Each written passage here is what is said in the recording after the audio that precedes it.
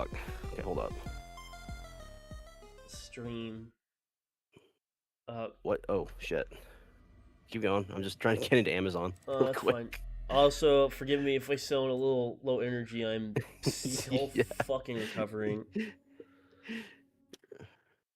I've basically been, uh, comatose the past like 4 or 5 days.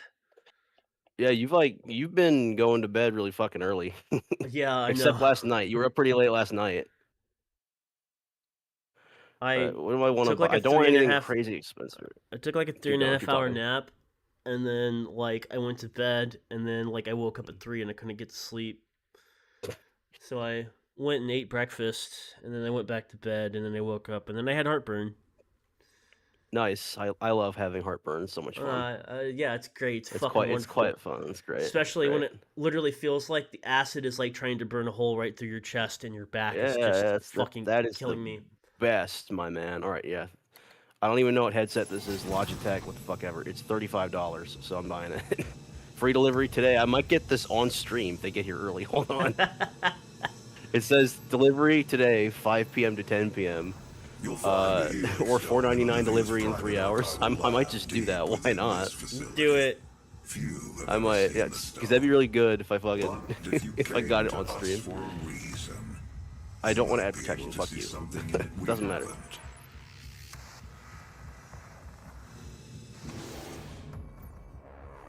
Free pick. I don't want to pick this up. No, I don't want to do that. You don't want to pick it $5 up? extra. $5 extra to deliver it in 3 hours. Hell yeah, I'll take that deal. Why not? There you go. That's the one time I'll ever do that for anything. Usually I don't give a shit, but this is gonna be stupid. So, all right. So we got to keep the stream going till at least 4 o'clock, so I can see if I get it in time. Oh, we can easily do that. See, I was really concerned when you said you had a burner account because I thought like, oh, that's where he gets all his sex toys on Amazon through. Oh yeah. No, dude, I just get those on my actual email from what's the site? Admin Eve. Fuck it, sure. Can you stream this? Can you stream this thing for me so I can watch it? Like, yeah. Sorry, I almost forgot. I don't know like what the sex toy site people uses. I've just seen the commercials for Adam and Eve, unfortunately, so I went defaulted to that. Adam and Eve is always so weird because like they have like actual TV commercials for it and shit. Yeah, I mean, I guess if you're doing well enough that you can afford to appeal to gooners that way. Can you fucking imagine like how awkward it must have been prior to like 2015, where you had to go into an actual physical store to order that shit? Like, well, as somebody who has walked into stores with his significant other, it's not as awkward as you think it is. I mean, I told you about the guy I work with, how he met Eddie Van Halen in a sex toy shop in LA in the 90s, right? Yeah, like, I think you have. Yeah, he points to the guy, he's like, I think that's Eddie Van Halen. Now, looking back, Eddie's like, yeah, it's me. I jerk off the same as everyone else. Yeah, it was really funny. That dude, like, that dude is like, oh, go on. we would like go to this fucking sex store and like, we were shopping around for stuff like anal plugs and stuff because we were trying to train her to fucking you told me take that. my cock up the ass. At her request, by the way, from what you told me. Yeah, she wanted to take it up the ass, so. There will be an open forum to resolve. And you're like, well, twist my arm about that, why don't you? I'm sure it took a lot of convincing on her part. Oh yeah, I was like, oh no, babe. I don't know if I want to do it up the ass with you. No, oh man, if you insist though, I guess. Okay, sure. I can't wait for Jacob to review this stream and get bombarded with that first thing. This is already just so far off kilter. We've been on here not even 5 minutes. Fuck me. Dude I work with, the one who met Eddie in the sex toy shop in LA, very interesting guy. His background, he was in the army for a while, and then he went to Hollywood and was like a professional stuntman. And he's been a stuntman, like, he was a stuntman in, like, the 90s. That was his real heyday of being a stuntman. So he worked on a bunch of shows that, if you tell people now, they're like, I remember that, it's a pretty good show. Including a little-known show that you might recognize. He worked on the very first season of the first ever Power Rangers. Really? Yes. So he has a great story. I think he roomed with a couple of the actors who played the Power Rangers on that show for the season. Yeah. That's fat ass. Fuck, not you. He said that was one of his favorite shows that he ever did too, which is awesome. It's like, yeah, I bet it was. That show seems like it would have been awesome to act in. Oh, this dude's a fucking unit, isn't he? Yes, he is. There we go.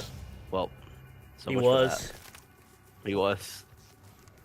He was a What do you unit. think the demons identify as? What are their pronouns? I know what that guy's pronouns are. His pronouns were, but the rest of them, I mean, the ones that are still alive. Professional victim. Professional. I sexually identify as professional, and then victim for my other pronoun. Man, we haven't talked in person like this in a couple weeks or so. We're just instantly back into it. Love it. Love it. I mean, it helps that we spent like a solid hour last night talking about Scooby-Doo on Zombie Island, so Yeah, I did. that was a good time. It was. I can't even blame being drunk for that. I mean, I was, but that's not why I wanted to talk about it. I want to talk about it, except movie kicks ass, so. Why aren't you drunk? Good question. Usually when I'm at work. Usually, yeah. Oh, you What's probably that thing I finished. sent in the server where it's like, I wish HR told me there was a 3 lunch beer maximum. They should have told me that during Very onboarding or lunch beer something. maximum. Yeah. When the employee was asked why he consumed 4 beers at lunch, he replied, quote, "I wasn't aware there was a 3 lunch beer maximum," and then added, quote, "This probably should have been brought up during onboarding." Okay, let's see.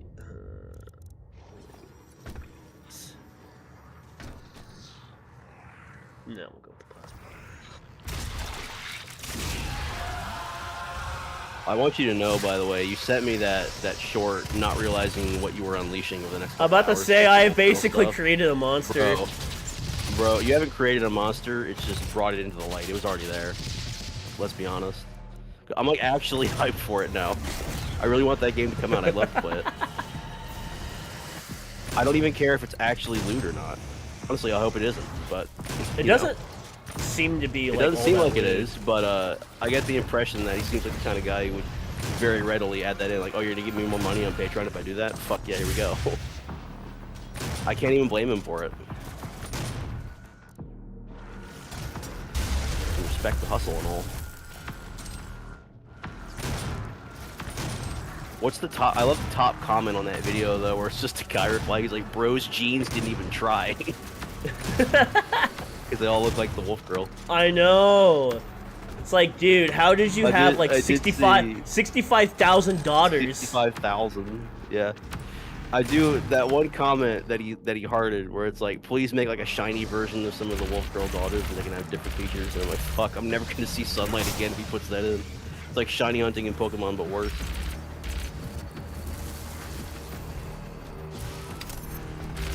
Oh, damn, you're fast as fuck, boy. Yes, I am.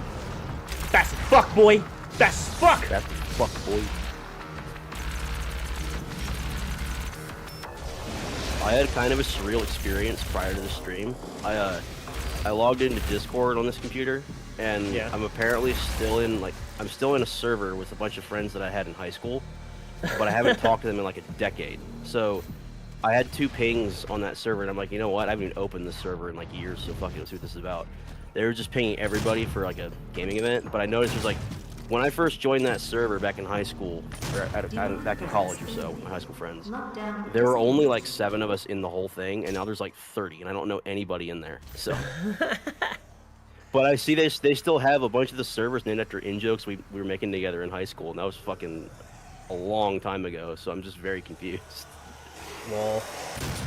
Nice Yeah. little blast from the past. Volunteers are currently Yeah, it's weird. Like, I'm one of those guys who like, it's perfectly normal IRL for me to go talking to people that I consider friends, just because like I figure if they don't want to reach out to me, then they probably don't want to talk to me. So when they want to, they're free to, but otherwise I won't make the effort if they don't want Right. to.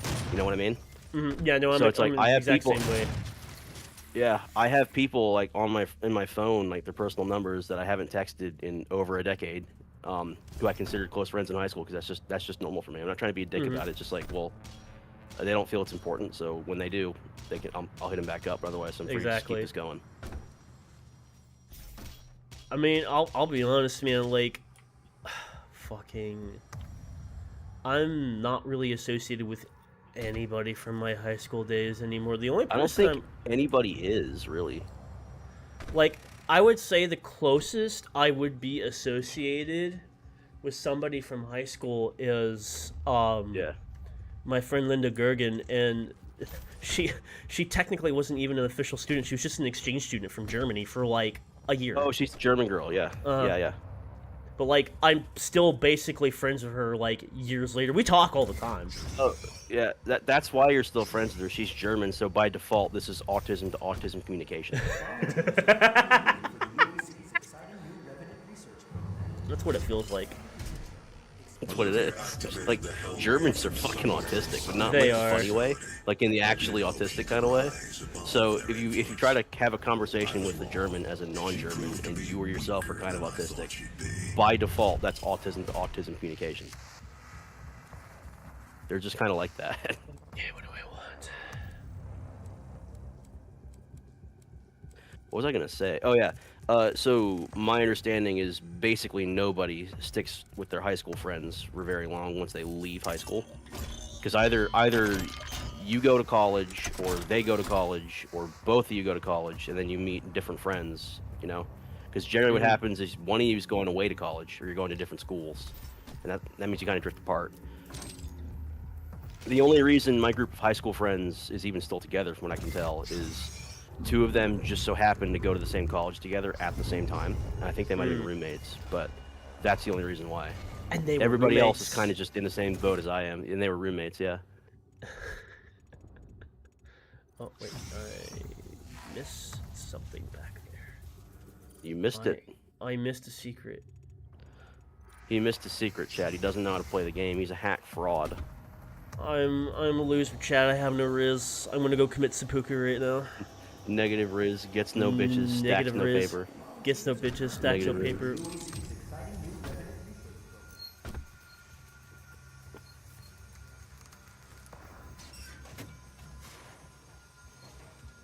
No, that was easy. Easy money. So yeah, let me tell you. Are you about... gonna regale me with the Jessica Rabbit story? Is that what this is? So Fuck yeah! All right. This, any people watching this stream, this is the part of the stream that'll probably be 18 plus. So you might want to either tune out or turn the stream up in volume, whatever floats your boat. So Whatever first yanks of your all, cock, let go on. let me set up some context. So obviously, my brother and I, I mean, part of the trip was like we both wanted to get laid, obviously. Yeah.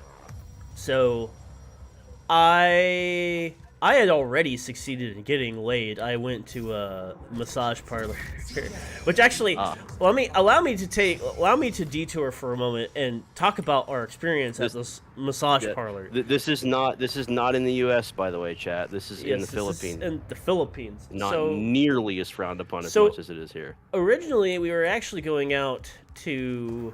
I mean, yes, we wanted to get laid, but we were going out because you could go to these KTY karaoke bars and you could sing karaoke and then do your business in the back. Yeah. So we went to this place, which, by the way, as we're going to this place, there's all kinds of like madams and like mama sons and stuff out on the street, like, hey, you want girls, blah blah blah, other massage parlors. But we were like, well, we want to sing, like, we genuinely want to sing karaoke, and get laid. Like not just as a cover to get laid. We want to do karaoke. Yeah, but like, then also get laid. but also get laid. So we get to this place, and the girls are like, massage, and we're like, oh, we want to do karaoke, and they were just like, oh, it's massage only here now. Or like, They're like, holy shit, the Westerners actually want to sing karaoke. That's a new one. Never seen that one before. but so we're just like, okay, I mean, that's whatever, that's fine. I mean, we're still gonna get what we well, at least what I want. He wasn't too interested, but I get a pretty decent looking girl. Her name was Trixie, by the way. Yeah. Stripper name, yeah, I get you. Just stripper name. And my brother gets this kind of bush looking Filipino gal, and he is just like, So yeah, he's not man. crazy about it. Yeah. No. He's like, no. He's like, So bring me someone else, or the loin brings- sleep tonight. yeah. So we're both in our separate booths, like getting worked on, blah blah blah, and obviously it gets Yeah. to the like happy ending, and this is where it kind of gets weird for a moment because I'm like, well, yes, I definitely want to do this, and there is apparently some kind of cross miscommunication because she tells me to strip down and everything, and then she gets into she hears the other masseuse call out to her that's working on my brother, and exits out the booth for a moment, then opens up the curtains and is trying to usher my brother in, and I'm like, what the fuck are you doing, Bro? No. and my brother is also like, what are you pull, doing? but- Yeah. Like, and they're like, oh, you two don't want to, like, no, like, just me. No. Like, No, what? no, Where did you get this? Where did you get this implication? I'm from the wrong part of the United States to be into this. I'm a bit too far north for that. So after clearing that up, and they were actually very apologetic. They're like, oh, we're very sorry, blah blah blah, whatever. I finally get my business done and whatever, blah blah blah, and I leave a very satisfied customer. My brother. Yeah, I can imagine. He was like, bro. My brother, he ultimately found it funny, but he was just kind of like, dude, come on. Like, especially dude. because the girl working him was like desperately trying to get him interested, and he was just like, dude, I'm like, nah, I can't. Nah. So anyway. Yeah, where's it go from there? So after that we went and got food, and then so the story with Jessica Rabbit. So we were on our way. Which we should probably explain why we're calling her Jessica Rabbit, because I've seen the pictures, chat. This girl literally was like the Filipino IRL version of Jessica Rabbit. Like, it's no bullshit. No bullshit. Man, she was smoking fucking hot, and of course I was into that because I love me some Jessica Rabbit. So anyway, how we met her. So my brother downloaded Tinder, and Tinder, dude, fucking Tinder for white guys and fucking the Philippines is literally like a flame to the moss. It's like fishing with dynamite. It really is. Imagine. It really is. So he was like, "Hey man, you want me to try hooking up with a girl?" And I was like, sure, why not? And literally, Valerie was her name, by the way, Jessica Rabbit, just was just random, like sporadic, just like, oh, I think I got somebody. And did this take all of like 2 minutes? It's like this I literally took like barely any time, and then we got it set up, and then fucking it was really funny. Yes, I imagine there's plenty of that. I was like, well, wait, what am I supposed to tell her? Like, because it was technically set up on his WhatsApp and his Tinder. He's just like, just explain to her like, oh, my brother helped me got set up with you. Like, yeah, okay, that works. And she just accepted that. She didn't care. Didn't give a shit. Yeah. But dude, I was like, I saw pictures of her and I saw the video she sent us, and I see her IRL. I'm like, oh my fucking god! Like, I don't think I've ever quite seen a woman as hot as her in my entire fucking life. And we get into my Airbnb, and she takes a quick shower, and she's wrapped up in a towel, and I'm just having a conversation with her, and she just drops a towel, and I'm like, damn, okay. All right, you guys don't fuck around. No, not in that way. No bullshit, just so, right to it. Holy shit. So basically gone on with her, and then got on with her later again. And between our sessions, we were just like in our bed, just like hanging out, just talking, just shooting shit. She was actually really good for fucking conversation. Apparently, I must have left a really good impression on her, because she basically was messaging me on WhatsApp quite frequently after that. And I met her a few more. It wasn't just a one and done thing. It was not a one and done. Yeah. So I met her a few more times, and that's how I got the evidence Yep. that you've Which, seen. by the way, yeah, I've seen the evidence. So this motherfucker, I guess I don't know if you just didn't believe me or whatever, or like if I wasn't responding to your messages fast enough, because you went from being like, "This is the girl I met, here's a picture of her," to like a little while later, picture of her sucking me off, and I saw everything, by the way, Chad. And I believe like I want to say the first picture I saw of you like getting sucked off, I was actually at work like in the office. So thankfully I was alone because I opened that shit. I'm like, whoa, that's dick, and I just closed it. So not that it would have mattered because my workplace, everyone's former military for the most part, so nobody would have given a fuck. But like, I'm about to say that still, I'm like, would have been whoa, like that would have been an whoa. average day That average would day have for been a them.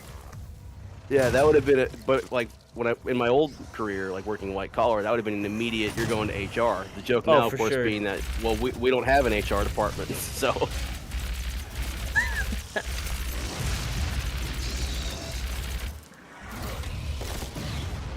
I know, so I can get away with a lot of shit at my current job because we don't have HR. In fact, I've done and said quite a few things in front of the people who control how I get paid that I wouldn't have done anywhere else except here. Like, I was shooting the shit with one of the guys who's a Hispanic former Marine. Like, he's ethnically Hispanic, but he doesn't speak a fucking word of Spanish. Yes, I remember you And he's telling me about very this guy. Americanized, and like his whole family except for him is like white skin, but he's like darker. Uh-huh. Which he jokes about himself all the time. He's like he's a year younger than me, but he's married, has a daughter, owns his own home and everything, so doing quite well for himself. Being a homeowner, as I'm sure you're aware, you become quite handy with home repairs and the like because you have Of to by course. necessity if you want to spend a shit ton of money. So I guess he picked up how to do a bit of flooring. When we were getting the flooring installed on our building. We were getting the flooring installed on our building, so we had to buy the building and then renovate the whole thing to make the business functional. He noticed a floor tile out of place and spent a few minutes. Just fixing that one floor tile by himself. And so when he finishes, I'm staring at him like, dude, you make your Hispanic ancestors proud, I'm sure. right in front of the general manager who's standing right there, and they all just lose their shit laughing. It's pretty funny. And then I think Beautiful. there's another one. I forget the context, but I told that same person completely unprompted that I was gonna fuck him until he loved me, right in front of the GM again. And the GM laughed the hardest out of everybody about that. So Beautiful, beautiful. The perks yeah, of there's living. what's the other one? The- What's the other one? All those guys like me because I'm a total civilian, but I can hang and just not just the shop talk, but also like I'm fun to be around and cool. Maybe. There's one moment where we were talking about because we offer not just firearms training, but hand-to-hand training in Brazilian Jiu-Jitsu as well. As like a supplement to that. Yeah. So we were talking about one of the guys who came in to sign up as a member with us, start taking training with us, and his background, he served in the IDF for a few years. He's Israeli, immigrated to the U.S., so Jewish, right? And we're talking about him, and the guy was like, because he served in the IDF for a really fucking long time, did a lot of cool shit with them, apparently.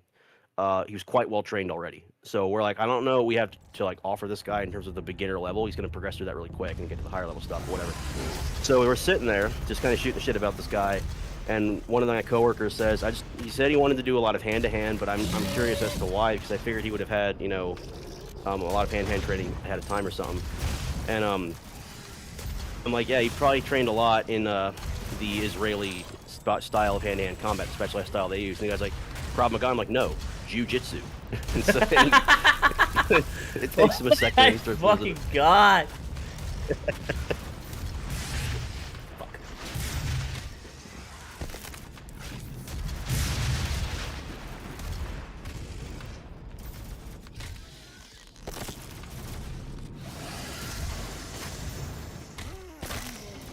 Sorry, I'm like, oh, God, fucking saw damn. that dude, fucking linebacker tackled your Fucker. ass. He saw you with the football, and he's like, "I'm nailing this guy, sending him right to This the son hospital. of You're a going on the bitch. meat wagon, motherfucker."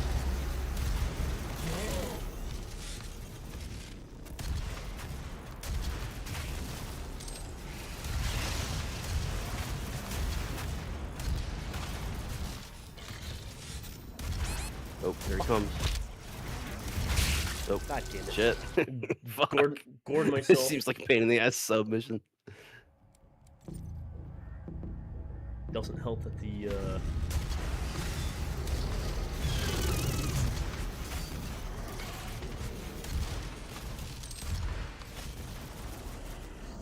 Anyway, while you were in the Philippines getting laid, I was here not doing that. I was doing everything else I usually do, being quite boring about it. nothing wrong with that. Fuck. If you say so. Fuck. Oh fuck. Whoa. By the way, there is one exciting thing that happened yesterday. I had What? Whataburger for the first time ever. It was quite nice. Very based. Would have been nicer. Would have been nicer if I had known ahead of time they were going to put mustard on it, because I'm not a big fan of mustard. But even though I still quite liked it. I'm not too big into mustard myself, if I'm being honest. Yeah, it didn't ruin it for me, but I would have liked it way more without the mustard on it. I didn't feel compelled to like scrape it off because I'm not a fucking retard like that. I just hate it, but still, I would like it more without it. I couldn't complain too much. Like the amount of food I got for the price, it was like $12 for, you know, a good sized burger, fries, and a drink. So I can't complain too much about that. Nothing wrong with that. My standard for fast food, whether it's worth it or not, is do I come out of there feeling satisfied with it for like $12 or so? If so, then sure, it's a good buy. Otherwise, like, nah. Of course, I'm spoiled because I grew up in California where they have In-N-Out, and I went back to California in September, and I got In-N-Out for the first time in fucking like a decade or so. I've and it was still sublime. not had either In-N-Out or Whataburger. In-N-Out, so In-N-Out's problem is you can only get it for the most part on the West Coast. Mm-hmm. They are trying to branch out to further to the rest of the U.S. The issue is they're very insistent, like their ingredients are actually fresh, and they don't want to branch out too much because then they can't guarantee freshness the way they like to. Right. So they're doing it tentatively. They started on the West Coast. They're now branching out as far as, I believe, middle of Texas. But so far, that's it. They're going to branch out beyond that point. They can figure out a way to make it work logistically, but not for a while. Anyway, In-N-Out's whole thing is they're still a fast food burger, but like they're the highest quality one you can get, in my opinion. Just because you get a lot of food, but it doesn't make you feel gross after eating it, and also like the price is extremely fair. So when I was out in California and I got In-N-Out, this was back in 2025, by the way, I paid, I think, $13 for a double fries and a milkshake. So I could not complain about that at all. Like, fuck me, dude. I think That's in California too. As far as a high quality burger goes, I still stand by Culver's. Culver's is pretty good. It's just the one around here. I actually have one about 15 minutes away, so it's not too far. It's just expensive. That's the problem I have with it. Yeah, Culver's is a bit pricey. Yeah, because the sweet spot for me for fast food is $10 to $15 at most. Anything more than that, I'd rather go somewhere I can sit down. Or like just order it as a takeout, you know. For me, it's just I feel like Culver's is worth it. Yeah, it's one of the few where I'd feel okay splurging on it occasionally. It used to be that used to be Five Guys for me, but Five Guys has gotten crazy priced, so it's not even worth it Fuck anymore. Five Guys. Five Guys has always been overrated in my personal opinion. Yeah. Like I never once understood the appeal of Five Guys, other than like, yeah, they give you an assload of fries, but like otherwise it's just an okay burger. Yeah. I'm sure I'm committing sacrilege by saying that. Yeah. I think the issue with any kind of those national chains is they're national chains, so any kind of local or regional chain is probably going to beat them because of both price and quality. There's a chain, I think it's East Coast only. It's called Freddy's, and I think they're really good. I actually, they actually have a Freddy's here. I just had it for the first time the other day, and it was really good. Yeah, it's really good, and the price is very fair on it. And they also not ice. It's frozen custard, which I think is also supposed to be pretty good. Yeah, I had a shake from there, and the burger and the fries, and it's it's like Dairy Queen, but more than just the ice cream is worth eating. You know what I mean? Yes.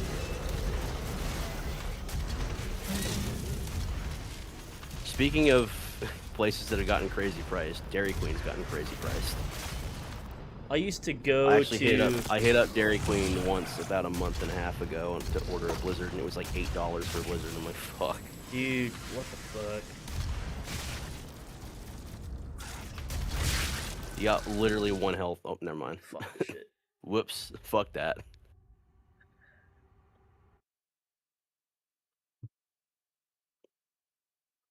I need to. The quad damage power up lets you inflict more damage for brief duration. Really, lets you do more damage? How much damage? Maybe 4 times as much damage? Maybe if I exit No, out never would have here guessed. and redo this, I'll have a little luck.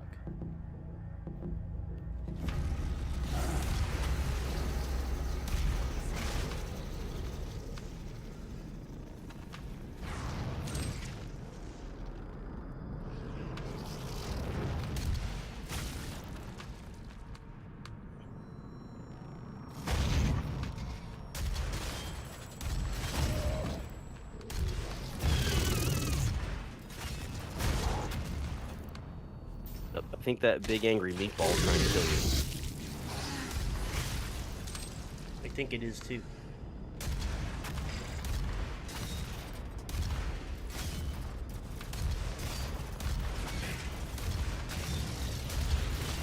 Sometimes I'll be going through life and I'll remember the Aqua Teen Hunger Force movie.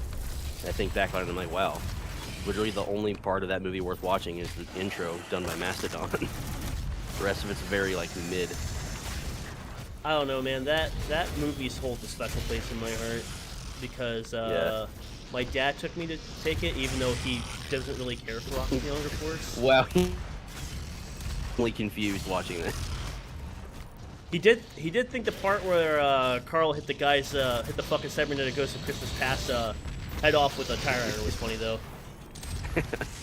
I mean, that guy, like, first off, the single best part of the entire show in general is Carl. And then, like, It the really best is. villain is the Ghost of Christmas Past. That's my favorite episode.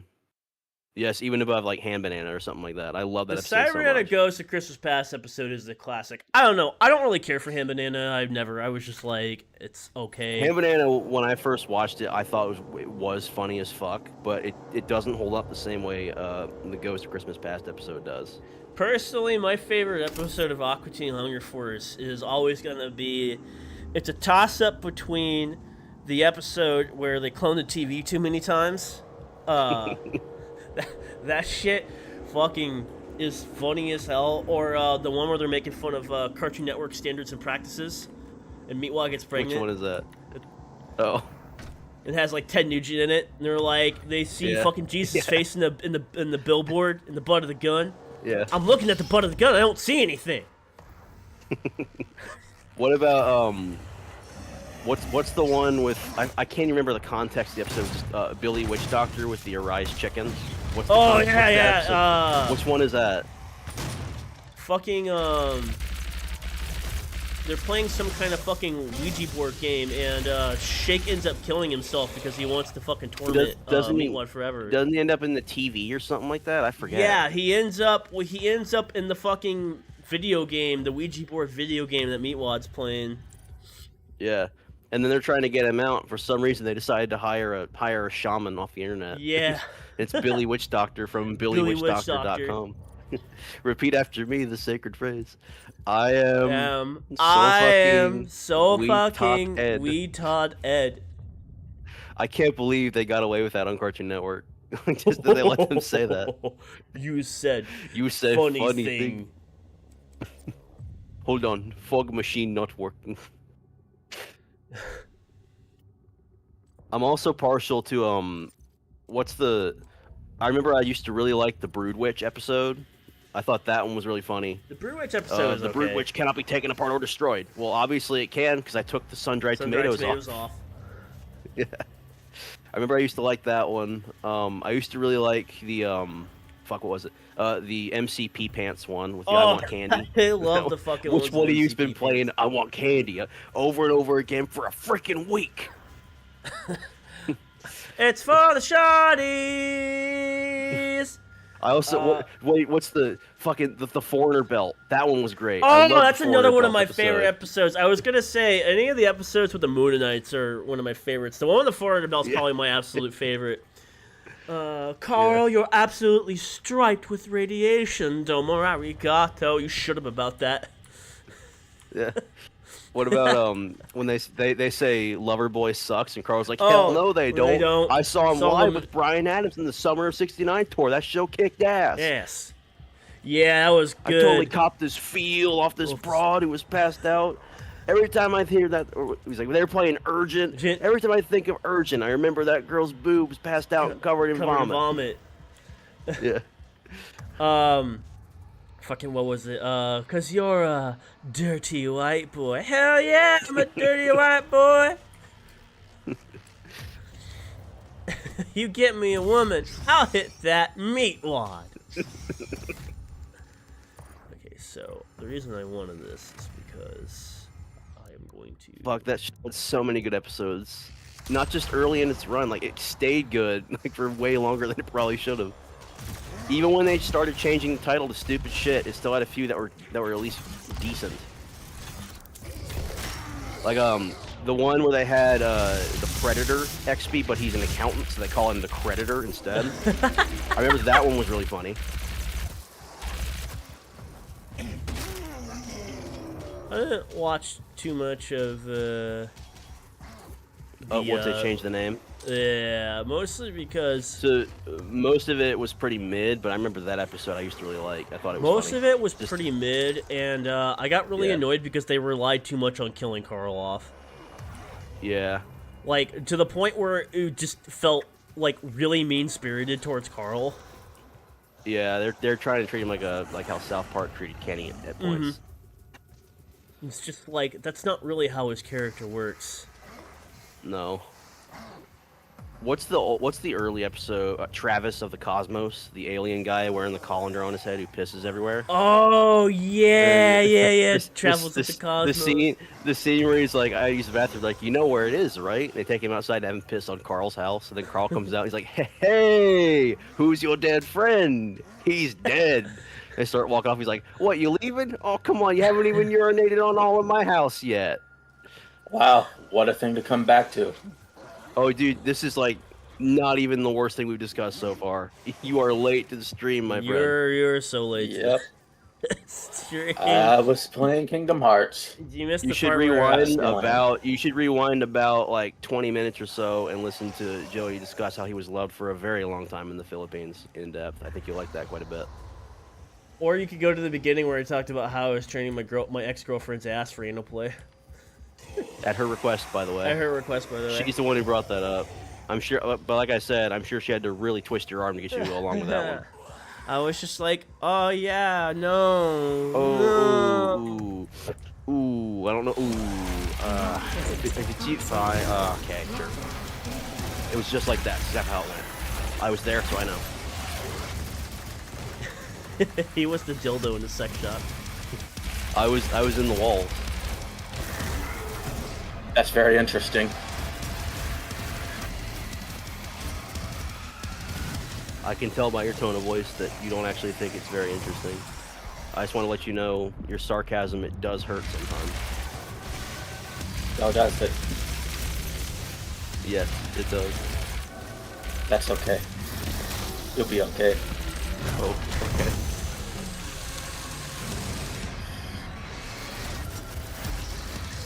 So Doom. Yep. It's all doom and gloom here. I wish Doom Guy would chainsaw my head off. I think that'd be a good way to go. I wonder what pieces of gear I would drop for him in that case. Nothing. Just empty bottles of Eagle Rare, most likely. He's like, what am I supposed to do with this? That's right. You know what? Your blood alcohol levels would make new beer. Or whatever the fuck. I don't know alcohol. I don't drink. Joey, do you remember in the server with Tally, I mentioned I had to go get a liver function test one time, and he's like, well, I imagine with the way you drank, it's gonna come back and it'd be problematic. I'm like, I don't know, we'll see. And I came back and I pinged him. I'm like, hey Tally, guess what? He's like, what? I'm like, LFT came back completely normal. He's like, fuck you. Oh yeah, you had a healthy liver than the fucking yeah. than the Irishman. Yeah, I could keep drinking like a fish, but the Irishman couldn't drink at all. He had some kind of health problem, like a little pussy. It's okay. It was probably brought upon him. Punish Tally, an Irishman denied his Guinness. Punish.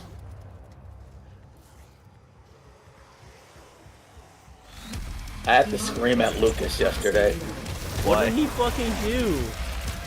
No, he kept saying, I'm going to start playing Kingdom Hearts before Final Fantasy 7, before I beat the Final Fantasy 7. I said, focus on your goddamn task and finish the game you're playing right now. Dude, I swear to God, he's more ADHD than you are. And that's... Yeah. I will admit, I also have to yell at Brian, too.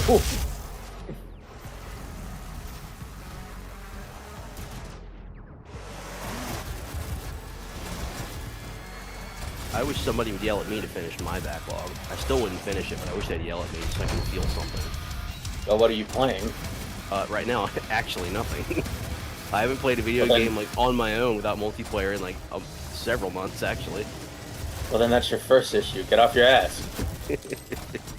Yeah, Minnie, you lazy fuck. Stop drinking. Yeah, Stop stop drinking. being productive and go waste your time playing single player games. What the fuck are you doing? You can do both. I You do. can do both, idiot. I started writing my Mass Effect fic. Hell yeah. I sent Joey it, but I didn't send you it. At least not yet. It's not done. I just started. You can send it to me if you want. Joey's definitely the Mass Effect expert between the two of us, though. But I think we have to take a look at it. I knew that. Yeah. I completely forgot about phones in the Mass Effect universe. I remember they're called comboys. I think I'm saying that right. I think I always- so. I always just assume they use their Omni tools. Yeah. Look, yeah, but it's an app in the Omni tool called comboys. Yeah, yeah, something like that. They route through it on the Omni tool. Yeah, the comboy.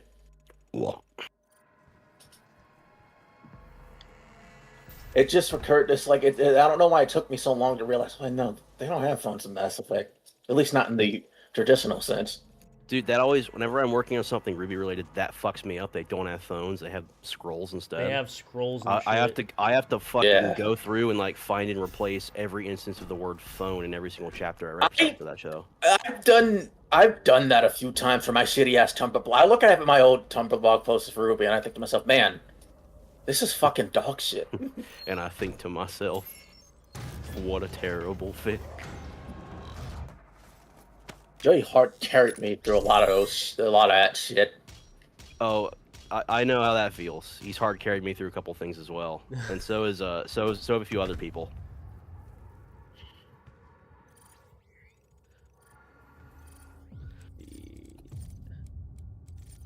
Yeah, the other thing I kind of had to realize is that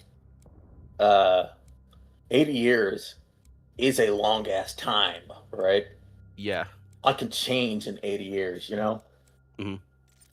So when I'm writing that, I have to think to myself, what planet should no longer exist in this series that takes place 80 years after the Reaper Wars? What's the Batarian home planet? What's that I called don't. again?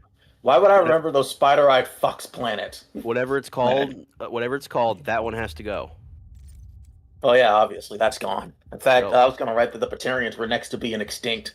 Okay, well, do me a favor. Write it so that it's gone after the Reaper Wars. Then they try to rebuild it for a few years. Then someone else says, actually, that's retarded, and then it's gone again. Oh yeah. I wasn't gonna even have that many Batarians to the fic anyway. I genuinely hate these motherfuckers. Everyone hates those Except- motherfuckers. They- I don't think It's there's not- a single person. There's not a single person who's ever played Mass Effect the series and has met and has like talked to a Batarian character for more than a minute and hasn't immediately been like, all of you fuckers deserve to just get shot dead instantly. Okay, to be fair, there's one Batarian that I regret that I kind of don't like killing, but I'll still do it anyway. Which one is That that? one mechanic, the one mechanic that we stabbed in the back in Mass Effect 2. That guy actually seemed kind of chill. Nah. Oh, the one right at the start. Yeah. Nah, I'd Yeah, never. the Before we go mercenary get guy. Garrus. Yeah. I never. I'm not saying he's a stabbing good him. person. Oh no, I never said I regret it. I said I felt a little bad, a The little, only a the only little, Batarian a the only Batarian little. that I'm okay with like letting live for more than 5 minutes is the one who's like stands on the street corner and yells at you saying, "You sir, you're a blight," just because I think he's kind of funny. Like it'd get annoying eventually, and then I'd kill him. But for 5 minutes or so, I can handle him. Yeah. I just liked him because he smokes. It's like if you really think about it, you don't see a lot of people in Mass Effect smoke. It's like once you realize that, right? It's kind of like, oh shit. I mean, for some it makes sense. I mean, if a Volus lit up and took a puff, probably go very bad burst for into him. flame. Probably go bad for them. But I He'd think, explode. but given that a lot of the people, are in the military, you think you see more people smoking. Yeah. I think the only one we see is that damn that fucking guy, that fucking Batarian, and the elusive man. Yeah. That's it. Both of whom are complete chodes. So that's how you actually make kids not want to smoke. You show like the dickheads in your series doing it, and they won't want to do it. Exactly. I don't want to be anything like the elusive man when I grow up. Fuck that guy. I'll be right back, guys. Oh, shit break. And now it's just you and me. Now it's just the two of us. Just the two of us. Yep. Making castles in the sky, blowing up houses too. Just I the do two like of me us. some Bill Withers. Not gonna lie. Would you blow up a house for him? Yes, I blow up a lot of things for Bill Withers. Oh, that's good. Houses, vehicles, people. I guess people should probably come first on that list, but people. You don't need to blow up a house to ruin someone's life. How do you suggest I ruin someone's life then? What's your go-to method? Allegations. Allegations? Oh, I think I know what you mean. Doesn't even have to be the kind you're thinking of. Any kind of allegations can Just apparently ruin someone's life. allegations in general. I'm gonna drop Yeah. a Google Docie, and that'll ruin somebody's life. Yeah, just It accuse does- them of cheating on their wife. You don't yeah, even have to have proof. I'm gonna accuse him of cheating in something like innocuous, not on his wife, but like something totally innocuous. Like, yeah, this motherfucker cheated on cheated on Club Penguin when we were playing together. So fuck him. Does that game even still exist? No, it does not. It's been dead for like a decade or so, I think. No, what I shut mean down is a like, while aren't back. there like projects that brought it back? Maybe, I don't know. I played it once, but you know what? Game that's still probably dead that I remember. I used to play it on the library computer. That's how much I liked it. Free Oh, Realms. Free Realms. I've heard of it. I don't remember it. I don't think it exists anymore. Yeah. It was an RP. It was an MMO thing where you could basically kind of do whatever you want. There were a shit ton of commercials for it. Yeah. Yeah, no, I it's dead. remember. Yeah, I remember Maple Story being a massive thing in like the mid 2000s, and it's still alive, but it's unrecognizably bad now. I don't. I've never owned it. Neither have I, but I remember seeing a bunch of people playing it like on school libraries and stuff. And from what I understand, it's still alive, but it's been like feature crept so hard, and the devs, I think they're Korean or something. So the devs added a lot of microtransactions and gotcha mechanics to it that make the game just way less fun. And so over the past decade and a half or so, the only people who are now playing it are like still Korean people who are okay with shelling out a bunch of money to power level their gear and shit. Everyone else does not want to touch it. Oh shit. Apparently the Reddit thread is still up and going Which Reddit thread is this? for Free Realms. Oh. Interesting. You know what? I'm surprised still survived the to this point. Wizard 101. That game is Fucking somehow remember that game. still I remember alive. that game. Jeez, really? Yeah, it's still alive. It's still getting updates too.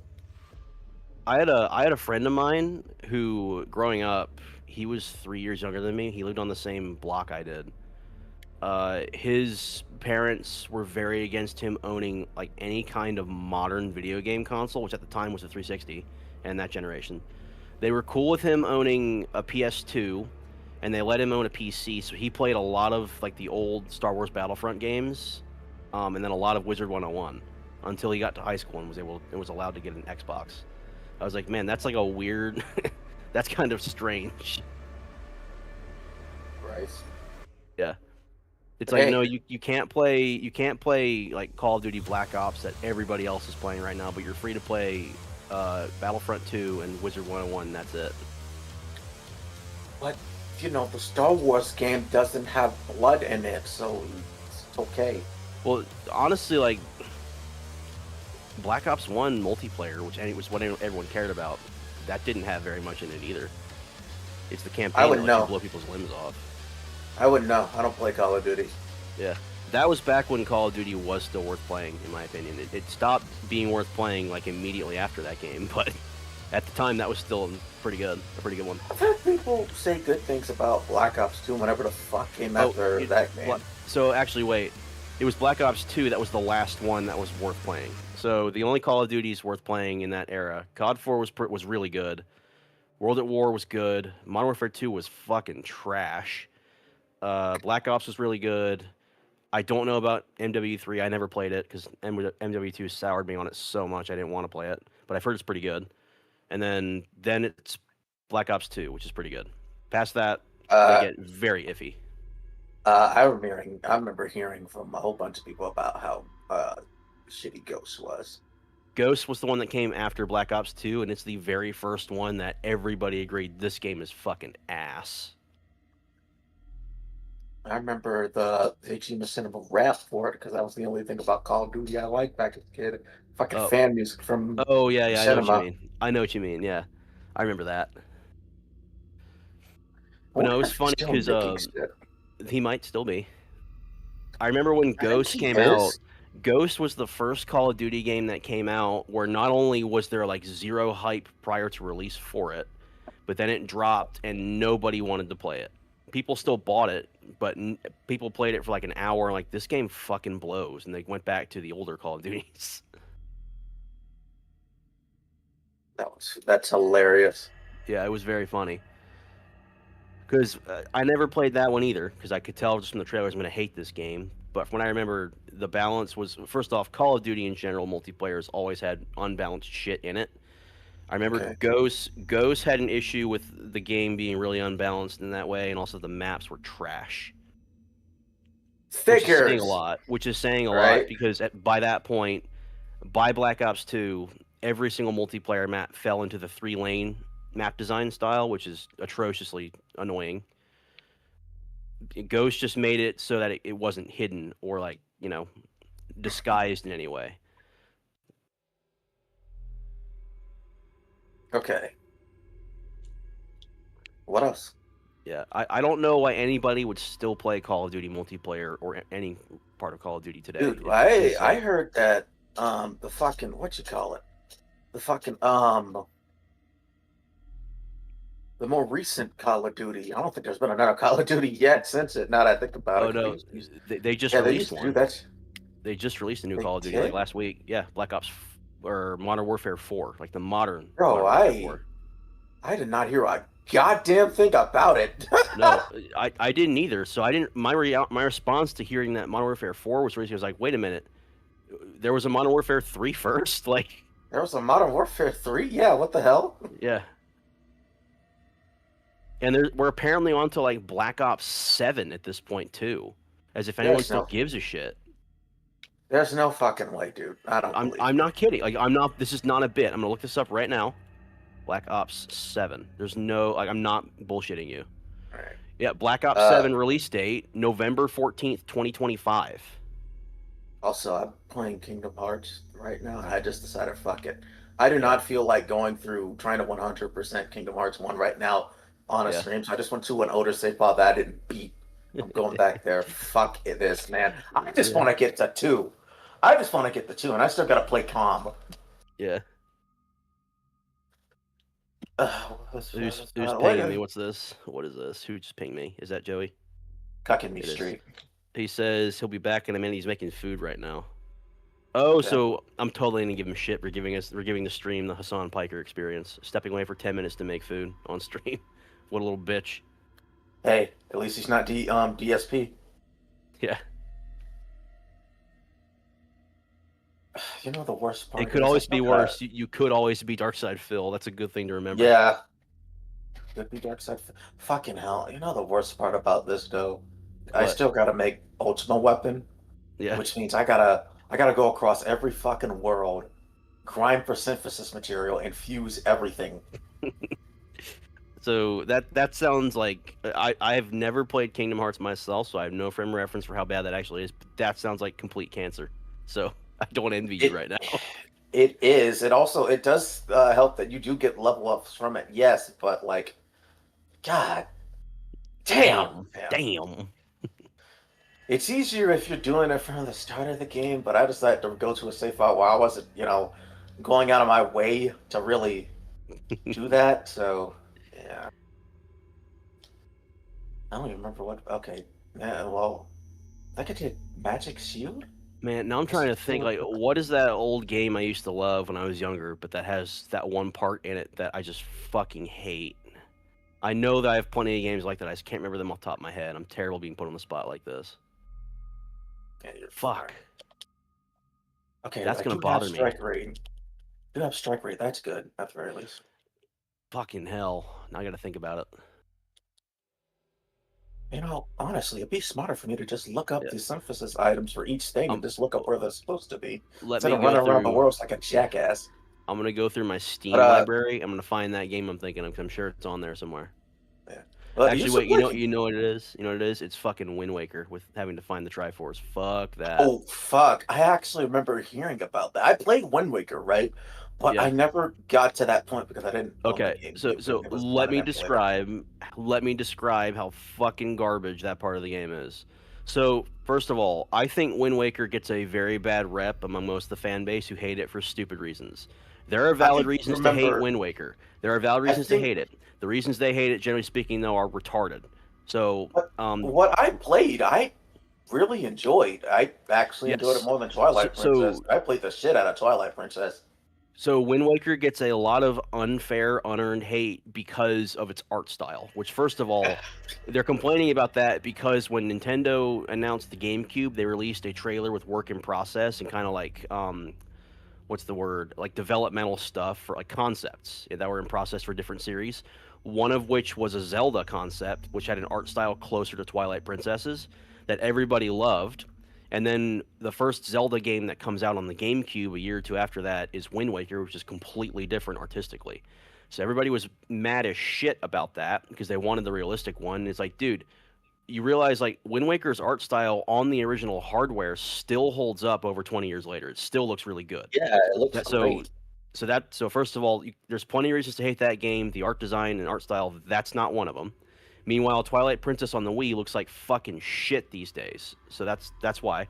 If you're gonna hate Wind Waker for anything, hate it for the stupid back half of the game, which is just a series of fetch quests to build the Triforce. So if you never got to that part of the game, let me describe to you how that part of the game goes.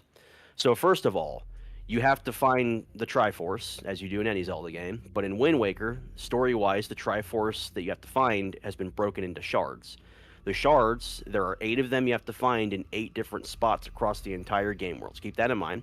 You're probably thinking, oh, so I just have to go find the 8 dungeons that have the 8 pieces of the Triforce in them, which is not correct. Because you can't just go find the Triforce. Oh no. First you got to find the treasure map that leads to that specific part of the Triforce. So you got to go through a dungeon, grab the map first, go to Tingle, have him decipher the map for you, take the map, go to that piece of the Triforce, dig up that piece of the Triforce, and do that 8 different times. And now you also can't just go grab those. You have to get all the items that get you there. So you have to get, the hook shot, the grappling hook, the arrows, the magic arrows. You have to get the different size, like the bigger wallets, so you can afford the money to pay Tingle to decipher the map for you. Do all that shit. And so that's the part of Wind Waker that fucking blows is that fetch quest. Because the back half of the game is just a series of 16 different fetch quests. You know it blows, by the way, because when they re-released Wind Waker for the Wii U, they got rid of it. Quest. They got rid of most of it. Now I think you only have to find 3 or so shards of the Triforce that way instead of 8. So they knew they fucked up like when they re-released it. Which, by the way, if you're gonna play Wind Waker, the version to play because of that is the Wii U version. That's one of the rare cases where the remaster is the better version to play than the original, just because of that. I mean, I was gonna emulate it anyway. Yeah. So keep in mind when you play Wind Waker, it's a solid game. That part of the game is the worst part of it, but the remaster makes it way more bearable than it was when it first came out. I see. Okay. Yeah. I still think like that's the only Zelda game. Actually, no. I tried playing the 3DS port of Ocarina of Time, and I thought it was I actually preferred Wind Waker over that. But yeah, I'm not a Zelda fan, if you couldn't tell. I'm a pretty decent Zelda fan. Truth be told, a lot of the shit Zelda does, I think Kingdom Hearts does better. Probably. My I think favorite is Majora's Mask and A Link to the Past. So those tend to be will- the fan favorites, is my understanding. I will stick by my favorite of Twilight Princess, bro. Twilight That was the Princess first is one I really played. First one I played. I'm gonna stand by it, good. And it has Midna. and it has Midna. Fair. The imp form. The imp form. I don't care about the other form. I'm kidding. Nah, I do, man, but like I love both forms. My name's Sora. I'm waiting for Oh them my to make the God. death battle between Sora and Link. Joey, I mean- I assume this means you're back at the moment. Yeah. Great. So I get to give you shit for pulling a Hassan Piker on the stream and stepping away to eat food while letting the stream run for 15 minutes. You piece of shit. Fuck you. I'm sorry, I was so hungry.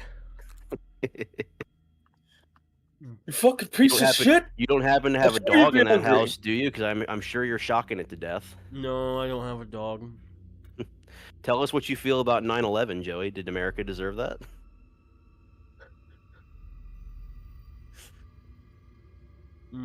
Oh, Mario doesn't want to talk about that.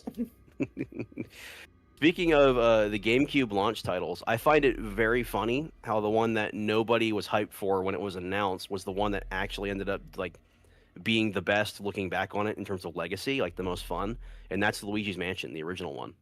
Because like Wind Waker is great, Mario Sunshine I thought was great, but Luigi's Mansion nobody gave a fuck about when that game came out, and they played it. It's like actually this game kind of kicks ass.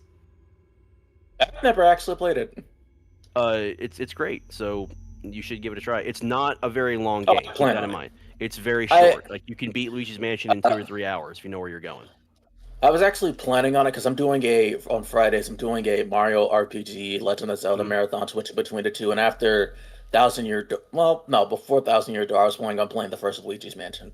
Yeah, the first one, I haven't played any of the ones past it, but I've heard they're also pretty good. The first one I thought was fantastic. Just understand going into it, it's very experimental. It's a brand new game series from Nintendo, who at the time I guess they were trying to do new stuff, but it's even for them at that point it's experimental. And again, keep in mind it's short. That's a Mario game. Yes. Kind I of. wasn't expecting a long game anyway. Yeah. I mean, I would say most Mario games can be pretty long if you're trying to go for like collectibles. 100% completion. Yeah. You won't talk about a long fucking Mario game trying to 100% Sunshine. Fuck that. Oh my gosh. Sunshine can eat my dick. Those secret stages, holy shit, dude. Talk about like just an eternal like ongoing nut kick trying to 100% that game. They're balls fucking hard. Yeah. Sunshine can eat my dick. I actually I don't hate Sunshine. I actually kind of like it, but parts of it are just a nut kick all the way through. The secret stages are one of those. And it's obviously nowhere near as good as Mario 64 was. Which is why people didn't like it when it first came out. Ba ba ba ba ba bum. Ba ba ba ba ba ba. Yeah, it's Ba ba hard ba to ba top ba Mario 64. Yeah.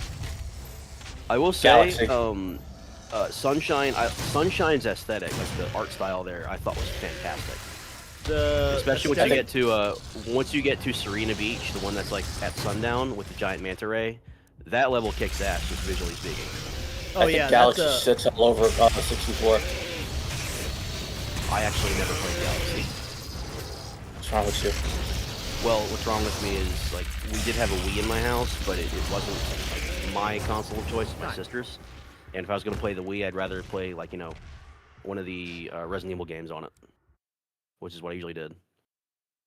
How many Resident Evil games were there on there? They ported, I think, Remake, 0, 4, and they also had a few of the rail shooters on there. They had Umbrella Chronicles and Darkside Chronicles. I don't want to And sound there like might a have been a few more. dick. Who am I kidding? I do want to sound like a dick, but Go but I'm going to be. Why would you play 0? 0? Like, Willie? That's a good question. So I haven't. That's the only like Resident Evil game I have not actually played. I've not played 0 yet. I have no intentions of doing it. If I do ever play 0, I'm installing a mod that adds an item box because fuck not having an item box in any Resident Evil of that style, let alone is there 0. a co-op mod for that? For 0? Uh-huh. Maybe. We should do that. We should do that Oh, for a stream. shit. Fuck. I mean, they just made a co-op mod for the like remake and the original RE1 as well. I saw Neocranium That's and Instant dope. play through it. So if they can do it for that, they can totally do it for 0. But then you have to play 0, and even with another person, I don't think that's making the game better. That's just sharing the pain. You know what I mean? So. An unsafe node. Lockdown incoming.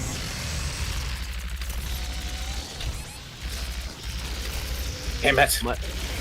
My favorite bit of trivia about the BFG 9000 in Doom is apparently it didn't actually originally stand for Big Fucking Gun.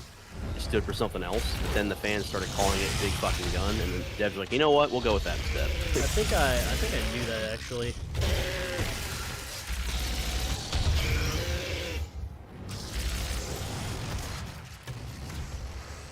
I want Oathkeeper. I miss Oathkeeper. Oathkeeper? One of the best Keyblades in Kingdom Hearts. Oh. I thought you were talking about something else. I was like, I've heard that term before, but I forget where.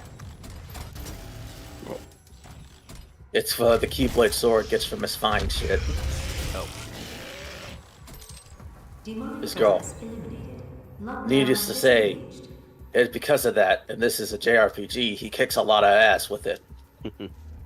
That's the power of love, baby. Now, if only Kyrie can do something. Nomura. Nomura. Nomura. The power of love. So it don't take money, don't take fame, and you don't need a credit card to ride this trend. That's a Back to the I don't Future know. reference. And a Huey Lewis in the News. Oh, reference. yeah. That's right. That is back. I had to spell it Future. out. Yeah. Those were good movies. Remember when they said they were going to remake those films? You can't remake those films. That's like they're very much a product of the time. What films? The Back to the Future series. Oh. That'd be a misstep if they did. Oh. There's no way you can remake those films. No. I mean, where are you gonna find a DeLorean in this day and age, even? Exactly. Especially one that somebody's okay with you like tearing apart and making into a model of the original one. Build a fake one. Oh, so my parents have a funny story about something like that. You know the Michael Keaton Batman movie with Jack Nicholson? Yeah. So they apparently knew a guy back in the 80s. They were doing a radio contest for you to win the Batmobile that was used in the movie. They know the guy who won the contest. He was like the 13th caller or whatever, and he won the Batmobile. So this dumbass, though, he won the car at the time the movie was very popular. And he got the car for free, by the way. I think he just had to pay for the title and registration work to be done on it, but he got the car. The car was just a base like vehicle with like a shell, like a plastic Batmobile shell epoxied onto it. So obviously, you know, fake. But this motherfucker had a bunch of people offering him like ungodly amounts of money for that car. I think at one point somebody offered him back in like 89, like 1989 money, by the way. They offered him like 300 grand for it, and he said no. Because he figured he was one of those retards who thinks, oh, it'll just keep appreciating in value, just keep going up. Well, he apparently still has the car today because nobody ever bought it, and he was trying to offload it for like 25 grand last I checked, and nobody cared. So it's like, congratulations, idiot, you played yourself. What an idiot, dude! Holy shit! And now and of course the car's done nothing but take up space in his garage or in his shed for all that time. So now it's like depreciated, rusted, hasn't been taken care of it. So now if anybody did want the car, they don't want it anymore because now they have to pay for a bunch of repair work to be done on it. Right, like the only way you're gonna get that car, anybody's gonna get that car is like, yeah, I'll take it for free. Yeah. You might find some hardcore like Batman collector who's got way more money than sense will pay you, I don't know, $5,000 for it, but you could have gotten, $250,000 for it at the height, and you said no like a moron. Dude, if somebody offered me $300K in cash right now, then and there, I'd be like, fuck yeah, man, let's do it. Yeah.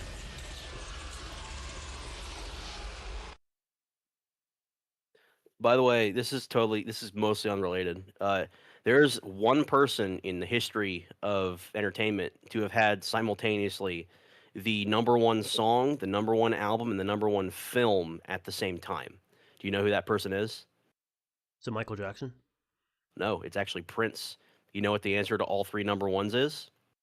Purple Rain? #1 song, Purple Rain. #1 album, Purple Rain. #1 film, Purple Rain.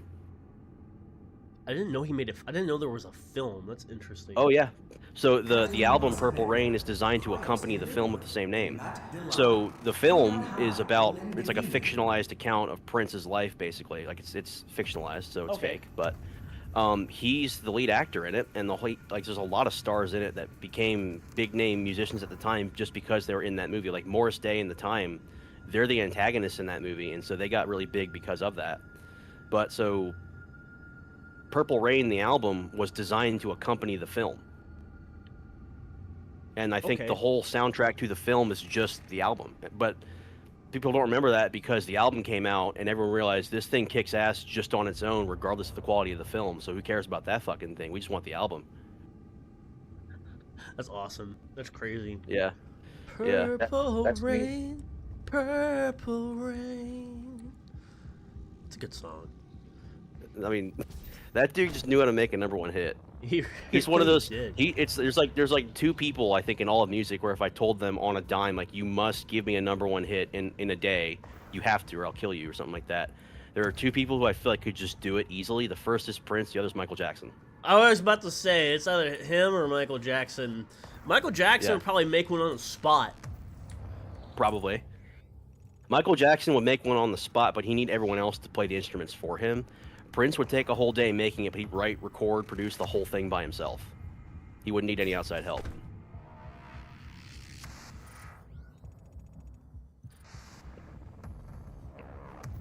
The funniest part of the album Thriller is they apparently brought in Steve Lukather as their ringer to help them write and record all the guitar and bass parts for it. Steve Lukather, you might know, is the guy from Toto. He played guitar in Toto. So he's also a very prolific session guitarist. Like he's helped record, I think, over 1,000 albums since the 80s. So the guy knows his shit.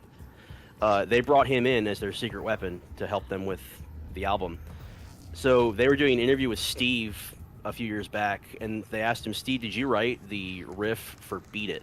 And Steve laughed and shook his head and said, no, I didn't write that riff. Michael wrote that riff. If I wrote that riff, we wouldn't be doing the interview in my house. We'd be doing it in my spaceship.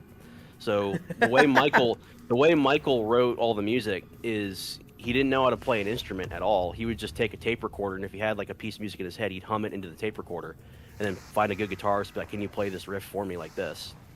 But the thing that made Michael great is he wouldn't say play it like this. He'd say play it like this, and then if you can make a change to it, play it for me. I want to see how that sounds. So that's how the whole album got made. Michael had the riff for Beat It, played it for Steve. Steve played it and said, that's a great riff, Michael, we can make it better. I'm going to change this chord to this. Michael heard it, nodded, and said, do that from now on, and that's how the song will be played. So That's badass. yeah. I'd be doing it from my space. Yeah. Priority access only. Authorization required.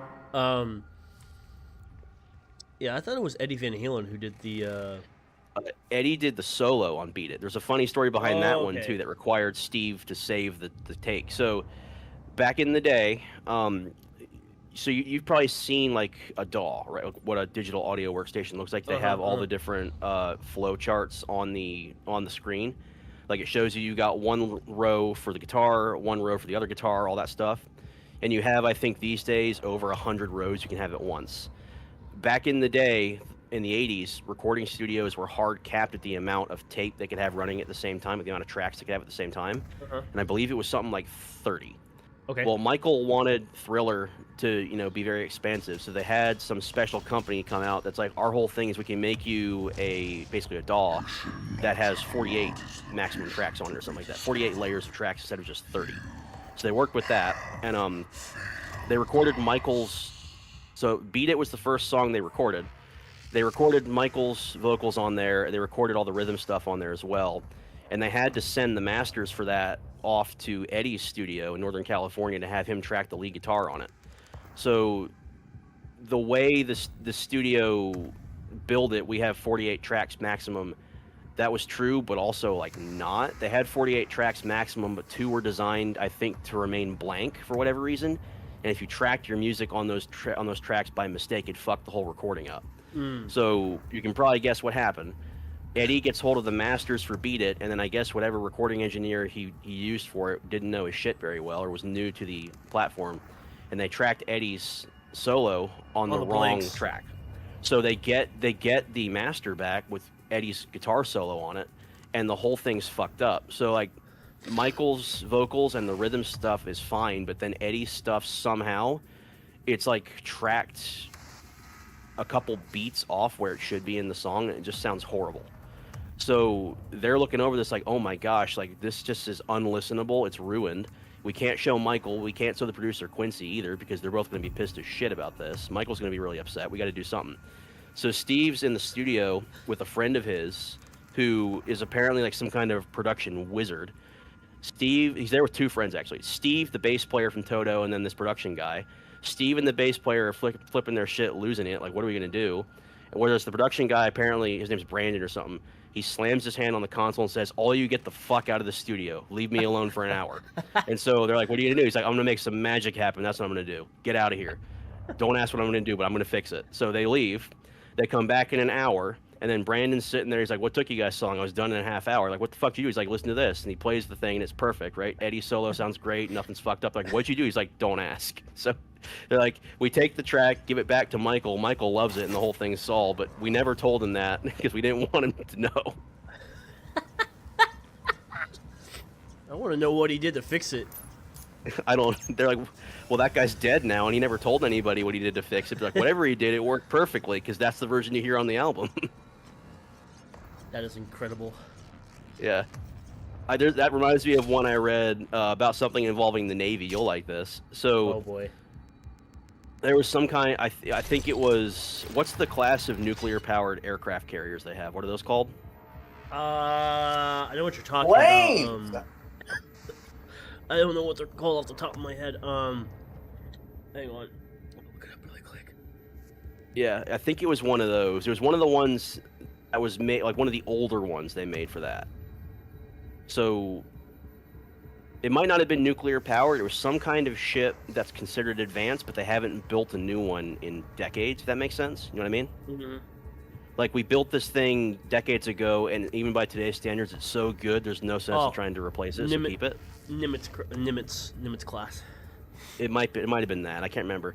But anyway, apparently these ships are out of production so hard that if you need a replacement part, they can be very difficult to get, especially on short notice, depending on what the part is. Uh-huh. So like they had one of these ships that was set to deploy, I think a MEU or something, like a Marine Expeditionary Unit, on short notice, and they realized like I think a week or so before it was set to deploy, oh shit, like the ship is fucked. Like this part is busted. It cannot be safely repaired or fixed. Like we can't sail the ship with this part busted on it. What do we do?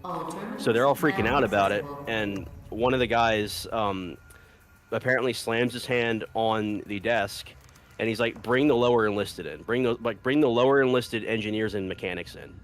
And so he talks them. He brings all of them in. And he's like, here's what's going to happen, guys. It's one of the guys who's like, one of the head honchos of the ship. He's like, here's what's going to happen, guys. Talking to like the really low rank guys, engineers. He's like, here's what's going to happen. We are going to lock you guys in maintenance for however long it takes. You have a week maximum. I'm instituting a hard rule. Nobody above the rank of E4 is allowed in that room. We are going to ask no questions. Do what you got to do to fix it. Understand the assignment. And they're like, yes, sir, we do. So what happened, he stationed the entire mechanic lineup and engineer lineup down there, put a warrant officer of some kind on the outside, 2 of them on perpetual 24-hour guard with a hard rule. If you see anybody E4 or above, you tell him to take his ass back down the hall and don't come any closer. We don't want to know what's going on in there. And he's like, so the goal was to have those guys in there for a week fixing that shit. They fixed it in 48 hours. come walking out, just say it's done. Nobody asks any questions. Ship goes off on the way. Everyone else is like, God damn, dude. Yep. Yeah, sir. I just love that line. Nobody E4 or above is allowed inside. Do what you got to do. Do you all understand the assignment? Yes, sir. Get to work. Yep. Yes, sir. Perfectly in character. Oh, what the fuck? Did you see Oh, that? what the fuck? Yeah, that's what the hell is that? Shit. What the fuck? Hang on, let me. Can you replicate that? Do it again. I was looking, but I want to see it again. What the fuck? Hang on.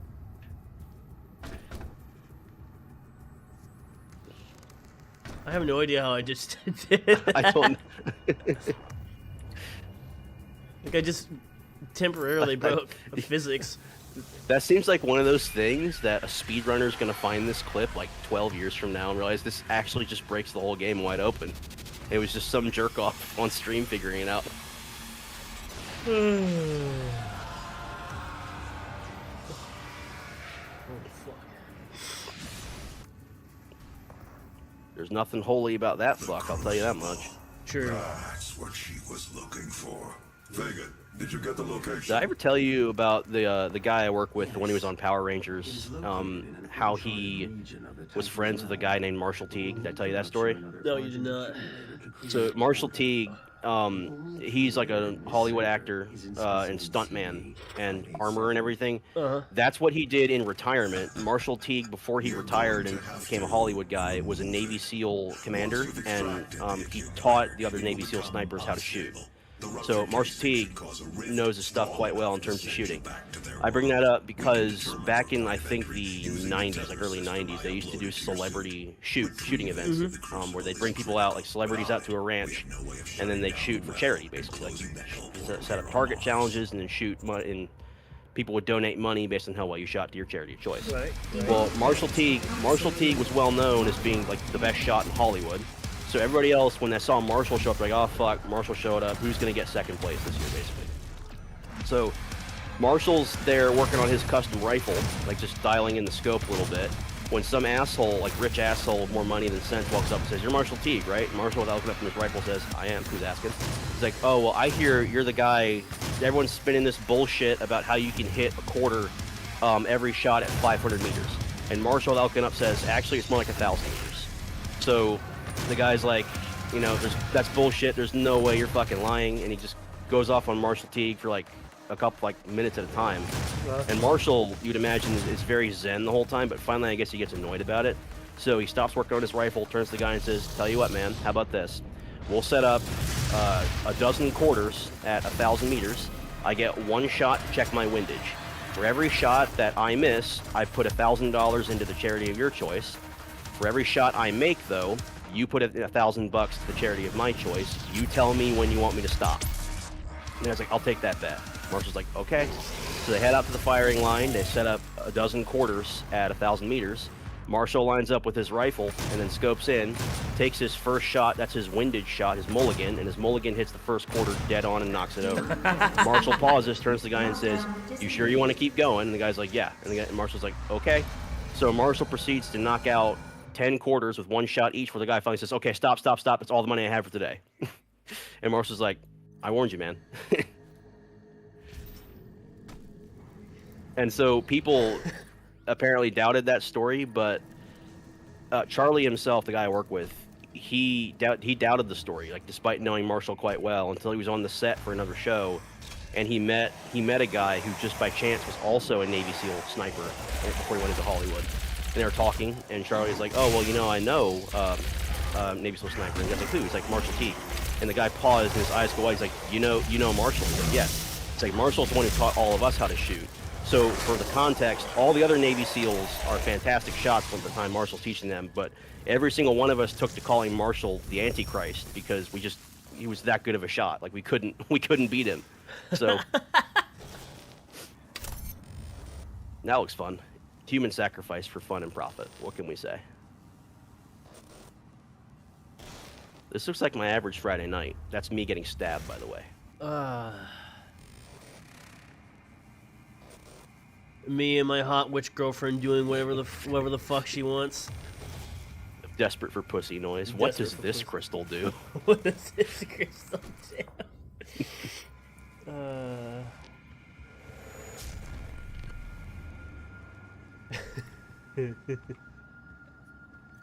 Oh no, guys. Desperate for pussy I voice. think What so. does my horoscope say today? Does it say I deserve a handjob? Your horoscope says virgin forever. I know, you don't have to rub it in.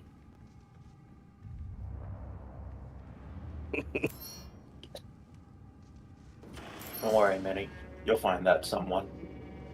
And I No, hope. I won't. No, I won't. But thanks for the vote of confidence. It's more confidence I than I have hope- in it. And I hope. No, that's too dickish. Never mind. What'd you say? What? I almost said they'll be just like Joey's ex, but that's just me. Bro, don't. I think I would rather just stay by myself the rest of my life than go through that bullshit. About to say, don't. There's don't, some things that are worth more than pussy. Sanity's one of them. Don't wish that evil upon Minnie. Don't you put that evil on me, Ricky Bobby. Don't you do put that evil on me, Ricky Bobby. Fuck are you for? Anyway, I gave up on Kingdom Hearts 1 and moved to comp. It took one chance of me not getting what I wanted where I was like, fuck this shit. On to the next game. I was already near the end anyway. Man, these Reminds guys me look of like they're having a reminds great me time of right the Seth quote: "Between death and inconvenience, I choose oblivion." now. That Keyblade sucked after 1 until 3.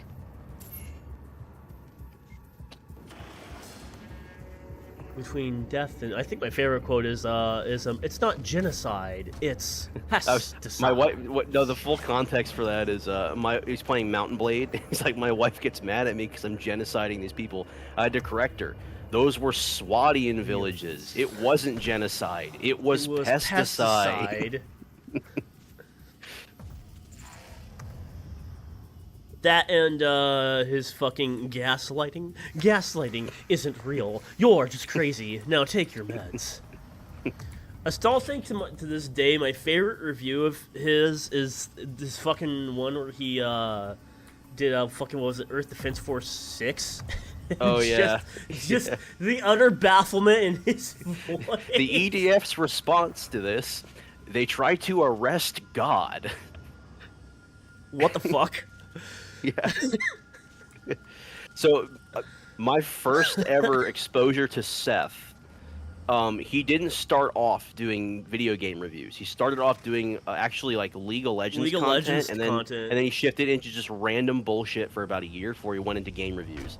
My first ever exposure to him was one of his random things, like you can't find on YouTube anymore. It got like kicked off the platform for being against guidelines, but the best way I can describe it is the video is called Two Adults Read an Adult Story, right? So what it is, he found a doujin, like a hentai doujin, but the whole point of it is whoever translated the doujin into English, they translated it into English, but it's bogan English. So a bogan is like the Australian version of a British shab. What you're fucking talking about. Yeah, and it's him and another guy it's fucking. him and a friend doing terrible Australian accents, reading this by the way, incest doujin that's been translated into bogan English. It's fucking great. I remember the video starts off, his friend doesn't know what's going on, and Seth has him roped into it. Seth has like the cover of the doujin pulled up and it's censored in the right spot so you can't see anything. But it starts off with Seth going, so how do you feel about incest? And the friend pauses and is like, oh no.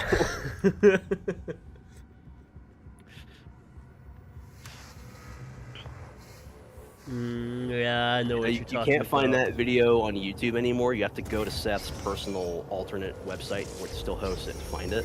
Just because YouTube eventually decided after about 8 years or so, no, now we're not okay with this being on the site anymore. Will redirect the course of mankind. My first exposure On to this Seth day, was we'll make our contributions his without Pharaoh pause. review. Michael sent it to me, Our salvation and I lies was with I was hooked. I pulled you Yeah, from the that tomb in the Cavenger's the first game review of his I saw was his Fallout 4 review, which had some real zingers in it. So, Fallout 4. like, he's describing, it's the typical Seth thing where it's just over the top, extremely wrong the whole way through, and he misinterprets the entire game, but only kind of. So, like, he describes the aftermath of the bombs falling. He's like, several species across the wasteland have been mutated. Mexicans have changed into rad roaches, and red guards have changed into functional members of society. He shows Preston Garvey. Oh my god, I forgot about that line. Fallout 4 was such a missed opportunity. That's every Bethesda game. That's To be honest, it's not just Fallout. Speaking of which, what are your guys' hopes for when Elder Scrolls 6 comes out? I don't give a It's fuck. never coming out. It's never I coming hope, out. oh, it's coming out eventually, I'm sure, but it's gonna crash and burn when it does. Yeah, okay. I'm excited for it as I am for GTA 6, which is not at all. Yep. We haven't talked. We've been very restrained in not talking about Grand Theft Auto 6 for over an hour and a half of stream time so far. So, And you we're guys gonna wanna keep it pivot that to- way. You don't want to talk about it? You want to talk shit on that? You No. dead horse at this point? No, I'm good. What is there to talk about at this point? What? I Why don't know. talk? Let's keep What? shit talking. Let's keep shit talking Bethesda. Dude, Okay. it's like at this point, it's like they've already. It's what is? It's like the fucking stop. He's already dead with the fucking Grand Theft Auto at this point. Yeah. So we'll tangent to shitting on Bethesda again because that's always warranted. I told you guys about how Todd lies about literally everything, right? Up to and Yes. including having been on the chess club in high Yes. school. Because somebody, I remember this came to light because the joke for years, like the meme for years, was that Todd Howard lies about literally everything. Somebody took that as a challenge, and like, there's no way he lies about literally everything. So they found some old podcast interview that Todd Howard did with some like game journalist Shill or whatever, where he went over his like history, how he got into game design. He's like, I started off being into games in high school. I was doing a bunch of stuff in high school, a couple sports, and I was in the chess club and stuff, but I wanted to do something else, so I started gaming. And so I guess somebody decided to start there and see, like, has he actually been lying since the very beginning? So they dug up, like, an archived version of Todd Howard's old, like, senior yearbook from high school. And they went through it, and they're like, there's no mention of this fucker playing any sport or being in the chess club at all. Who the fuck lies about having been on their high school chess club? Todd Howard, apparently, because he lies about everything. That's so embarrassing. Like, Yeah. why? Why even? I appreciate, bother? my favorite... Like, at least own it. I mean, come on. You can admit you didn't do shit in high school. Most of us didn't. I mean, I know for Speaking a fact of- Speaking of people who lied about being on the chess club, there's one person who didn't lie about being on the chess club and in fact told the entire truth, and it's Kiara from Hololive English, first generation. She I knew you were gonna. I knew this so was the where you were gonna joke go with here.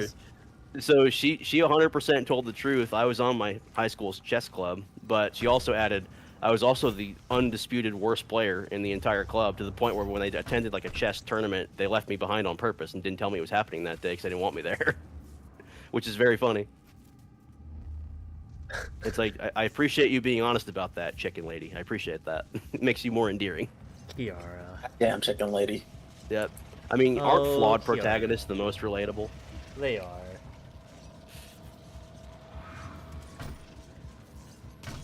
But what if I want to kill the flawed protagonist? What if I want to torture my flawed protagonist? If you had a Every miniature version fucking of a flawed Spider-Man protagonist writer. in your hand, would you torture it? Every What? every I was doing fucking the Oni plays Spider-Man thing. writer. Spider-Man writer? Oh, is this a common writer thing? No, No, I said Spider-Man. Spider-Man. Oh, you said Spider-Man. Oh, writer. I thought you meant. I said you said writer. I can never What? tell. I can never tell when you say like writer or writer because I think a common writer. You bring that up all the fucking time. I mean, there is a character called Ryder, man. That's why. That's why. No, I said Spider-Man.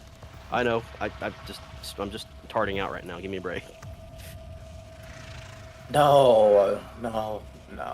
You should know better than to expect like the best of me in any capacity. I can't have hope for you. That's Minnie, No, sad. when, no, Minnie, no. let's be real. When aren't you tarting out? Never. When, I'll stop tarting out when I'm just dead. When aren't any of us tarting out? I'm Tarticus. Right. Say that much. Can I take my meds? I guess. Yeah. Spartacus? Nah, dude, I'm Tarticus. That's why I have to go take my retard medication. You have to take your normal pills. I have to take my normal pills. That's what the mask is for. That's the point of the mask. That Russian Badger clip where the guy's like, all right, I'm just going to step out. And he just...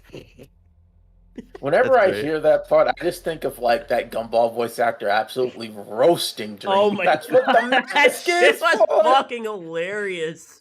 He was drunk as fuck when he did that too. Yeah. Dream. Somebody My, animated it with like actual Gumball, and it was like it's crazy how his voice still fits the character after all those years. My favorite part of the Dream Saga is how all the Tumblr like Fujoshis were really like in love with him until they figured out, oh no, he's like he got doxxed at one point, finally, and they figured out what he actually looked like, and he's like a fat. No, ugly he dude. did it. He did it. No, he wasn't even the worst Oh, part. no, He he wasn't did even that. Yeah, he did a face reveal. But honestly, he wasn't that bad looking to begin with. I don't Oh, know no, why the- Dream, but like he wasn't a bad looking guy. But Well, no, like he as soon as did people the saw his he face, did the face reveal because he got doxxed, and they dug up his old Facebook account when he was like a teenager, and he actually was fat and ugly as a teenager, like really fat. And so all the fangirls lost their shit and pestered him about it so much that he finally decided to do a face reveal. Where sure, he wasn't fat and wasn't even that bad looking, but he wasn't nearly as good looking as they wanted him to be, so they lost their shit again over it, which is very funny. yeah, keep the mask. Like put the mask back on. Put the mask back on. Have you seen the clip of the dudes who are sitting in the Discord chat during his face reveal? And so they're watching the stream of him doing it, and the mask comes off. There's a second of silence. One dude like lets out a muffled laugh, and then all of them just start losing their shit at once.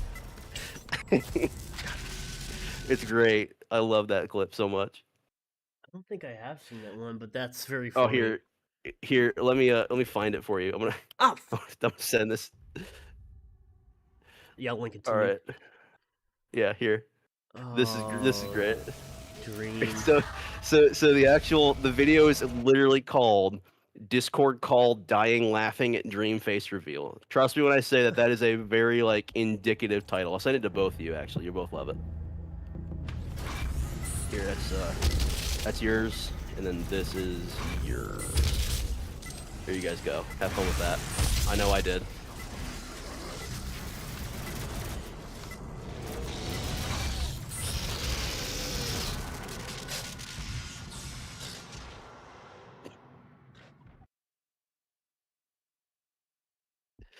Yeah.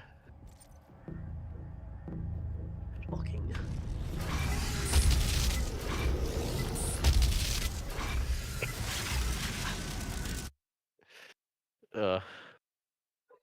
Still gets me. Still gets me. Did you watch it? No, hang on. Let me watch this shit really quick. Yeah, here, check this shit out. You're gonna love it. I'm dropping it. Why? Because what gets me is it just takes the one dude with the muffled, and they all just immediately lose it. Oh, Dream. Fucking Dream. And then that's the moment the internet stopped being obsessed with him. Finally, thank God. Oh, thank God. Oh. You're right. I haven't heard of him in like years. This is the exact reason why. So, Why do you look at the camera like that? that's what everyone's saying. It's like all he had to do was look straight at the camera, and it wouldn't. Yeah, it and then would've he been fucking okay, but tilted. He didn't. He tilted his head, and it like gave him that weird ass looking chin.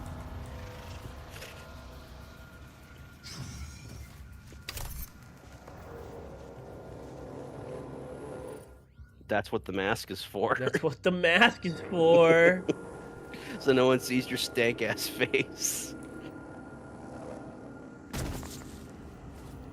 Demonic presence at unsafe levels. Lockdown in effect. Demonic presence at unsafe levels. Is there any kind of safe level for demonic presence? I mean, really? I mean, if you summon a succubus. I mean, you know what? You know what? You're not wrong.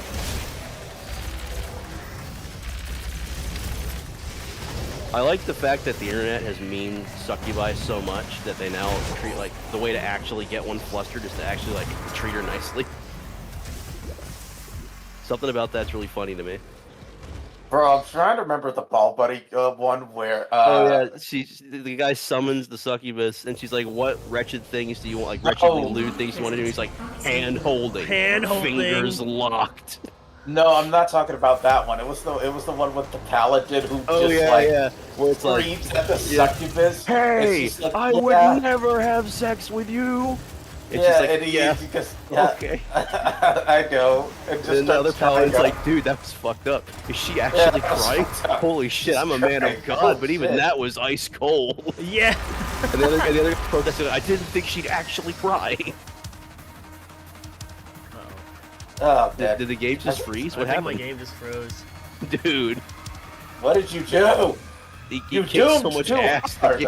The game froze. He doomed too hard. Damn it, Joey. What did I tell you about dooming too hard? That's what you get for being a doomer.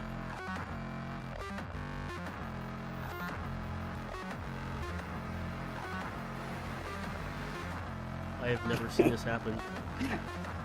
Man, remember when Nick Gordon had a job? Yes, I do. I think he still does. He's just not doing many video games anymore. He's doing a lot of production work for actual bands right now, I believe. That's fair. Yeah, I wouldn't want to work with a game company anymore after what happened with him in Bethesda. Yeah, I know he did the newest Monuments record. He helped produce that and then also helped compose some of the songs on it. And it sounds fucking huge because of that. I think he's done a couple more as well. I believe he's done other games since then too. Just nothing for Bethesda for obvious reasons. I hope he does Killer Instinct, because I remember hearing Fulgor's theme and I was thinking, yeah, that's fucking sick. He's been, so production credits. These are the albums he's produced for actual bands. He did a Bring Me the Horizon album. He did an album for Three Teeth. He did an album for Monuments, that's one I was talking about. Motionless in White, Three Teeth again. He did an album for Architects, okay. And then an album for Gravemind. Well, no, shit, dude. Do you remember Destroy All Humans, Joey? Yes. Mick apparently worked some of the sound design on the sequel for that. Interesting. I did not know that. Yeah. He's done surprising stuff on that. A lot of Need for Speed games. He did the original Killer Instinct, Wolfenstein, Doom, Prey. Prey? Yeah, Prey 2017. So not the original. Prey! Is the game That like game busted? sucked. Right? I heard it was okay. I heard it was like nowhere near as good as the original Prey, but for a modern shooter, it was decent. Bro, the fact that Starfield has so many mods, first of all, that's another reason why I don't care about Elder Scrolls 6. I saw what Starfield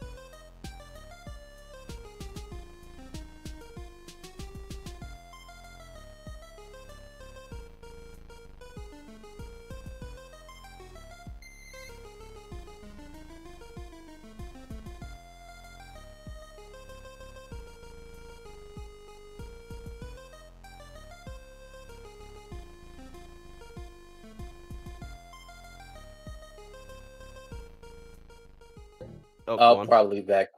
I said I'm Alright, gonna dude. bail for a bit. I'll probably be back. Okay. All right, see you later, man. So I'm browsing Fuck, the gun that's deals subreddit, and somebody has a link up for. Are you ready for this? Uh-huh. It is. Hello. What's up? Thanks. Just put it there.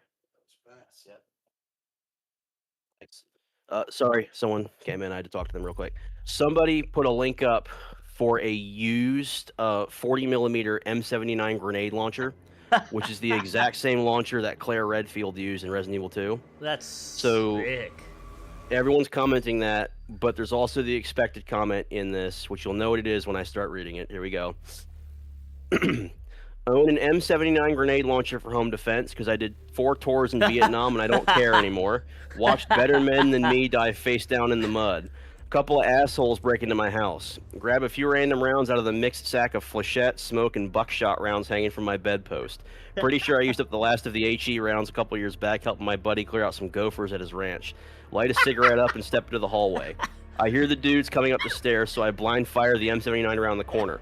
One dude starts screaming, and I hear a hissing sound as purple smoke starts filling the room. Start laughing my ass off and load another mystery round. Fire it blind around the corner, too. It's HE and demolishes half the staircase. Still laughing my ass off when the police arrive. Tell them what happened. They think it's hilarious, too. They don't call me Gunny Joker for nothing. Gunny Joker. Just as the Founding Fathers intended. Oh my Christ. The comment immediately after that one just says, "I concealed carry one of these. It's awesome." And the response to that says, "Only one. Someone's gotten soft since coming to America."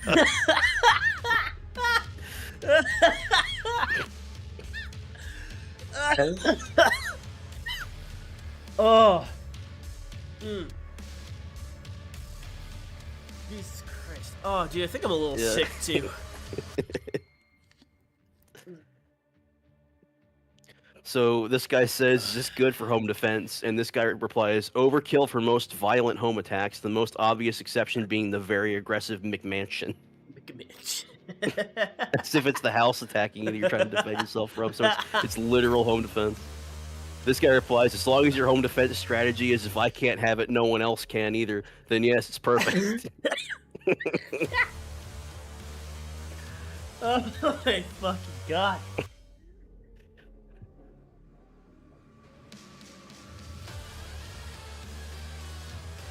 Guy says used. I don't want to buy it then. And the response says, "L take. This thing probably has some bodies on it."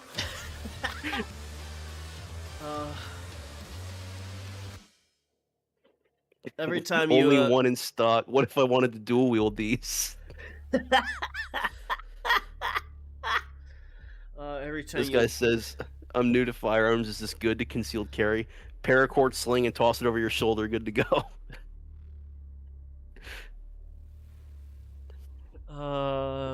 every time you equip it, fucking Paint It Black plays. The opening riff to Paint It Black plays. Uh, Oh, fuck. weirdly enough, this is New York legal. Because it's single shot only. What the fuck? No threaded barrel pass. You trying to add a suppressor or a loudener?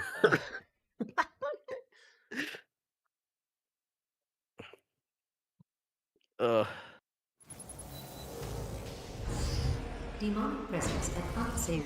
Oh fuck. Lockdown in effect. The $35 for shipping puts this one out of reach for me. Maybe next time.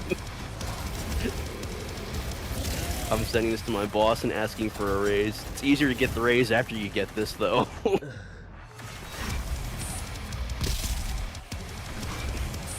What kind of suppressor can I use on this? Is this good for deer? Can confirm it's not good for deer. Confirm it's not. Wait, hold on. I'm able to just watch this. I see it on the stream, but I can't see your Discord hang on. stream. Oh, also, by the way, we're hitting peak content, boys. My headset just got here. Hell yeah! So I actually have it. That's my dad dropping off the headset earlier. So let me see if I can get this thing open and get it working on the stream. Demonic presence at unsafe. I might have to stop talking for a couple seconds when I get this thing up. That's and running, fine. but fuck it, who cares? I needed a new one of these anyway.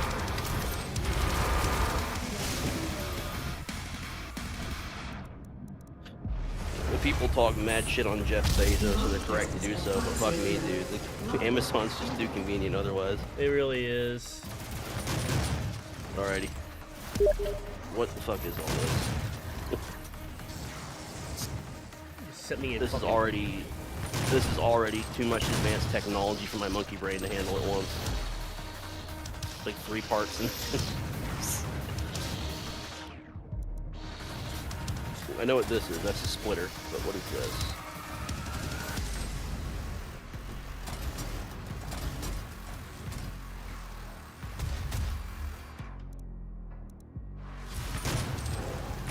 Oh yeah, Tion had to drop. Yeah, don't I know if saw you that. heard him say that. Okay, yeah, he had to step out. He might come back in a bit, he said.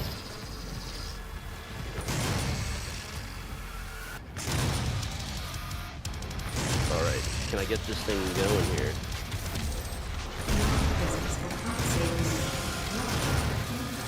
Oh, this is weird.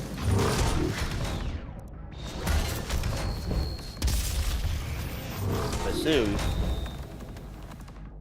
this goes on like that.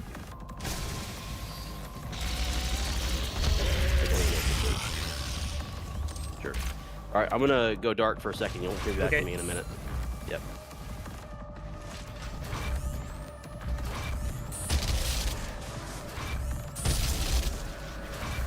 Demonic presence eliminated. Lockdown disengaged.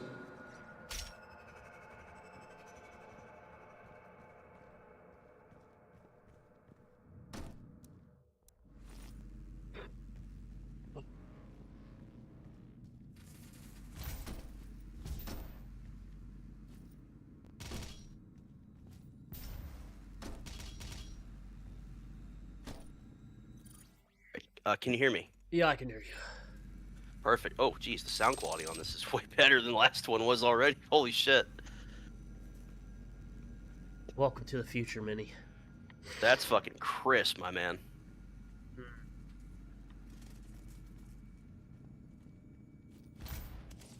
Oh, I just now realized it earlier, but I think I might also be a little sick. Yeah. Been coughing up phlegm the past few You're days or certainly so. you're certainly sick, my man. Oh, you meant as in ill. Yeah, you're that too, but you know, I'm down with the sickness. you're down with the sickness.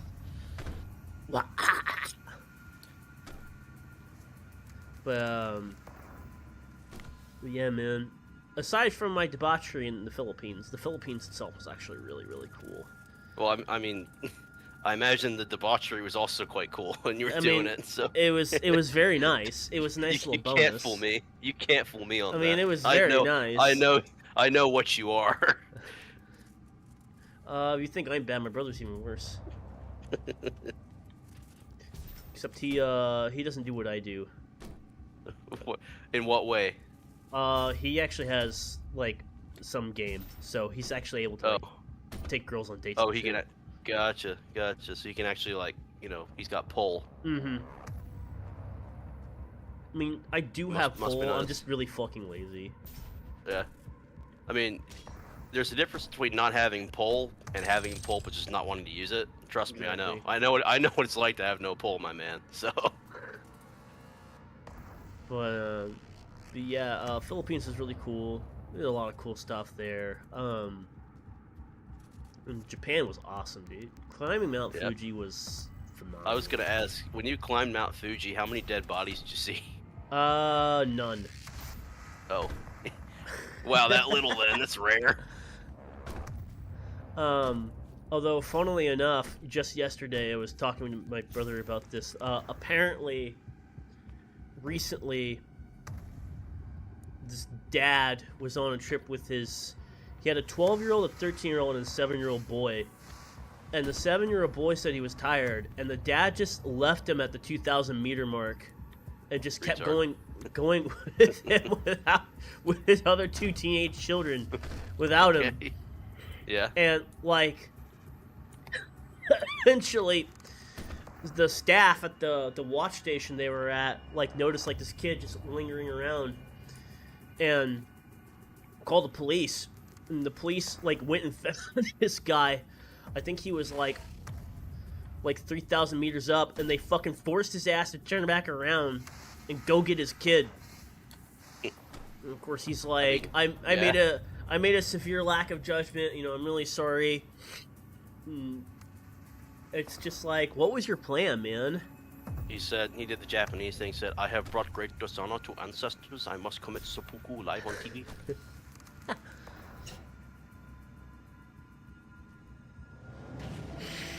Dude, people joke about that, but holy fuck, the Japanese take that shit seriously. Oh, So, they like, do. there's the... No, you don't get it. So, there's a famous, like, true crime incident from Japan that happened decades ago about the company Glico. Glico made, like, soft drinks and candy and stuff. They were targeted by somebody, like an extortionist over the mail. The extortionist, or the group of extortionists, apparently. So their whole thing is, first they kidnapped the president of Glico and were intending to hold him for ransom. And so somehow he escaped and was able to get away unharmed. So they got pissed off about that and proceeded to send like threatening letters via mail to Glico for years. Basically saying, they called themselves the Monster with 21 Faces.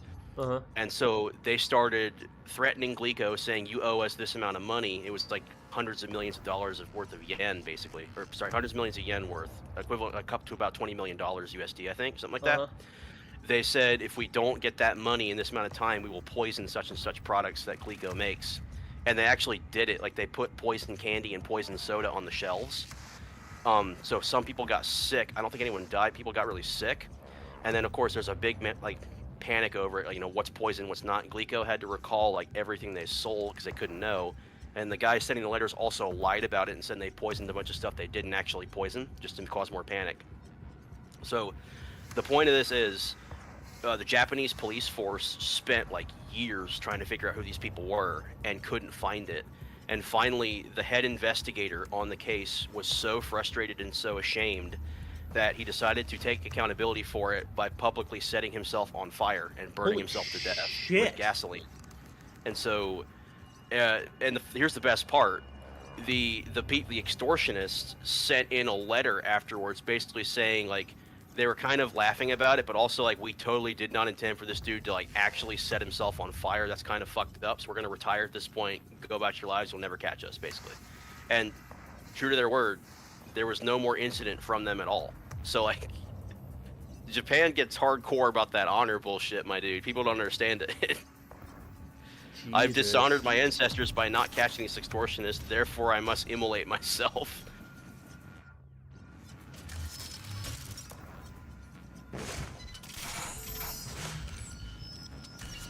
Oh my god. This looks like a boss fountain. I sense a boss fight coming up here. It what are we fighting? is. We fighting Spider Mastermind, maybe? We're fighting the Cyber Demon. This early? Yes. Oh, I guess the Cyber Demon's the boss of the first Doom, and then Spider Mastermind's boss of the second Doom, so it makes sense the Cyber Demon would come first. Alright, I got a key tip for how to defeat the Cyber Demon. To defeat the Cyber Demon, shoot at it until it dies. Until it dies? Yes. Damn, that's a big dick. He looks angry. Oh, he's got a health bar and everything. That's not good.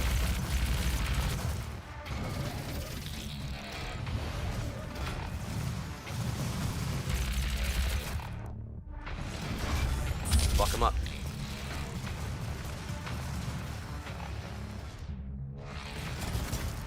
Why are your weapons infinite all of a sudden? It's because one of the runes I have on. Oh. Is that one you just got? Yeah. And does that last for the whole game? Yes. And it can, Based.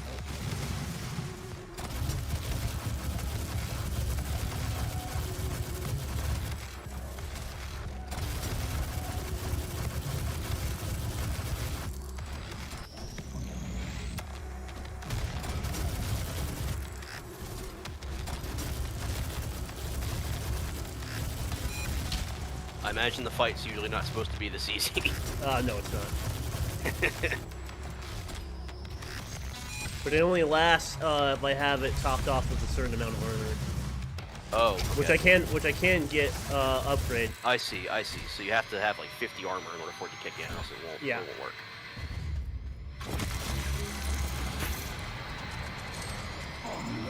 There's no way that was enough to kill him. No, it's not. He's just very mad now.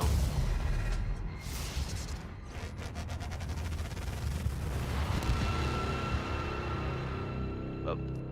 And now you're back at Detroit.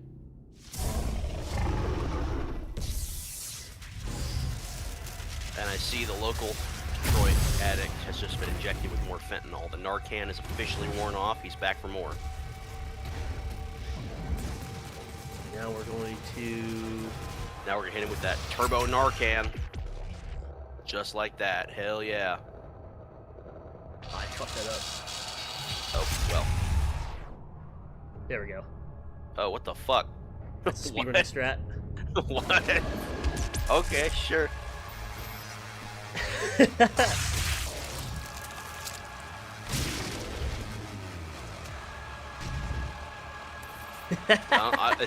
Is that supposed to do that? I don't think it's supposed to do that. Just gonna go out on a limb and say that much.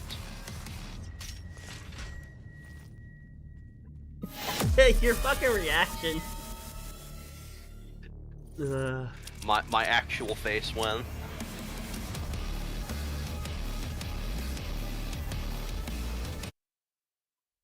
You missed a secret, you fucking fraud. I don't give a fuck. I'm sick. I'm doing the best I can, alright? License to kill, more like a license to ill. Beastie Boys. Get it? Because you're sick. I got him. Shut the fuck up. Oh, Christ. I have a question for you. This is gonna be weird. Did you ever have to have like your appendix removed? No, I have not. You ever had to have like any part of your body removed? I mean, I had to have 2 of my wisdom teeth removed. Oh, well, I had to have 4 of mine removed, so I guess that makes you more human than me. Only a little bit, though.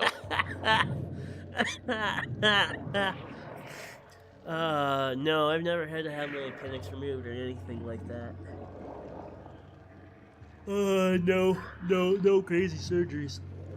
I had a friend of mine who had to have his appendix removed. He didn't tell us till after it was out, and we figured out because he sent a text to the group chat at 3 in the morning that said "me right now" and took a picture of himself in the hospital bed. Oh my And we're like, god. what the fuck happened? He's like, appendicitis. Like, Jesus, dude, you're just telling us this now. He's like, I was kind of in surgery, so I couldn't just tell you guys. Like, you couldn't present it to us with more tact. Like, we thought you'd been hit by a car or some shit, dude.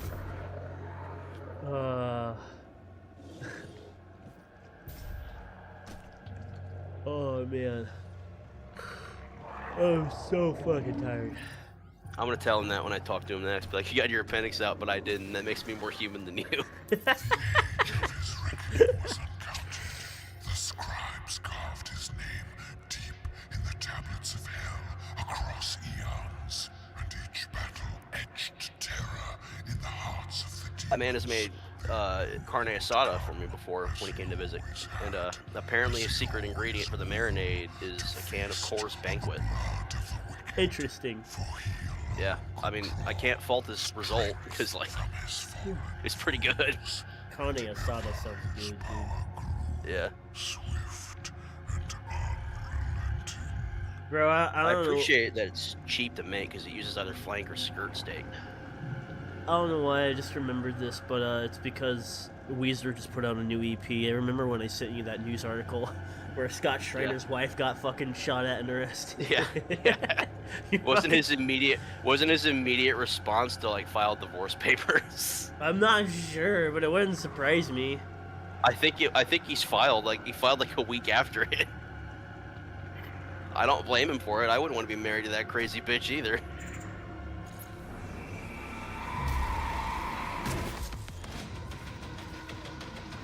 What's the meme where it's a picture of a dude and a girl hanging out smoking together, and the caption says, he was a Batitude boy and she was a Pinkerton girl or something like that? I haven't seen that one.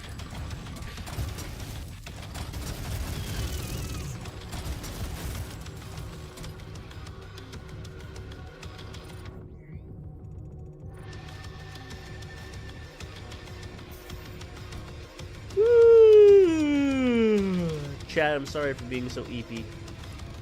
He's quite EP. Don't worry, there is no chat right now. Nobody's watching this but me, my man. Nobody's- One day. One day. One day you'll get up to that fabled 10 viewer mark.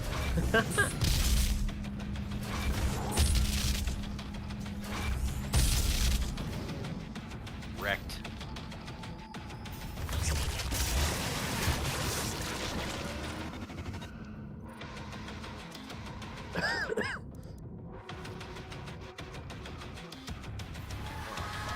I told you about that time that Weezer and Slipknot were considering doing a tour together, right? Yeah, I remember seeing Yeah. memes for that. And they finally put Rivers finally canned it because it realized like there's no way either of us could go up. There's no order in which we could go up in which it would actually work. I think he said something like either Slipknot goes up first and their fans kill us when we go up, or we go up first and we just die or something like that. That would have been the funniest fucking tour, It though. would've, yeah. My parents just went to a concert last night. They went and saw John Waite in concert. John Wick. John Waite is the vocalist for The Babies and Bad English. You might know from that song "When I See You Smile." That one. Yes. That's him. Apparently, John Waite's lead guitarist is also right now the lead guitarist for Matchbox 20, and apparently he's really good. Fuck. Yeah. So John Waite is like 75 years old, still touring, and his guitarist, the guy from Matchbox 20, is like 40. But my parents are like, that guy could actually play his ass off. He played really good. That's sick.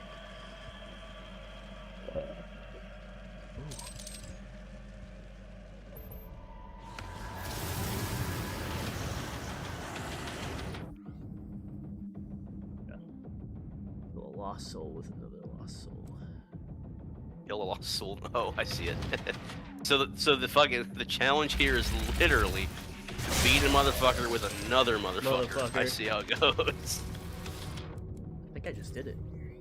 I did. You did. Somehow. I actually just used that in chapter for my comedy original. The concept of beating a motherfucker to death with another motherfucker. Except it's the normally quite pious paladin beating a gnome to death with another gnome. As you should with gnomes. Gnomes aren't people. Yep.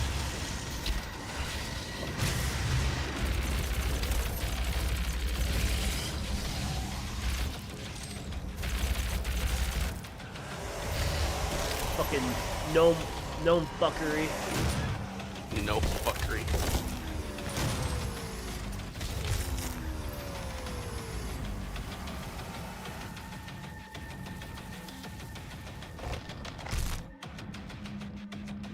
Ooh.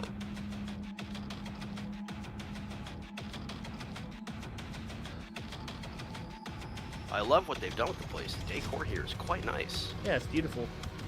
Very 90s death metal in terms of aesthetic. I love it.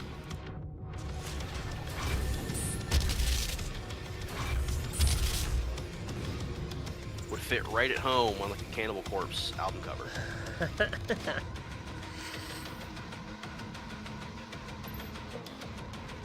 By the way, speaking of those guys, I appreciate how much they've all mellowed out in their old age. Quite funny. Well, they were pretty. They used to hardcore, have- weren't they? Their music was, but as people, so the joke is like the death metal guys specifically in the metal scene. Their music's very aggressive, obviously, but they're also like the nicest people when you get to know them off stage and out of like the studio.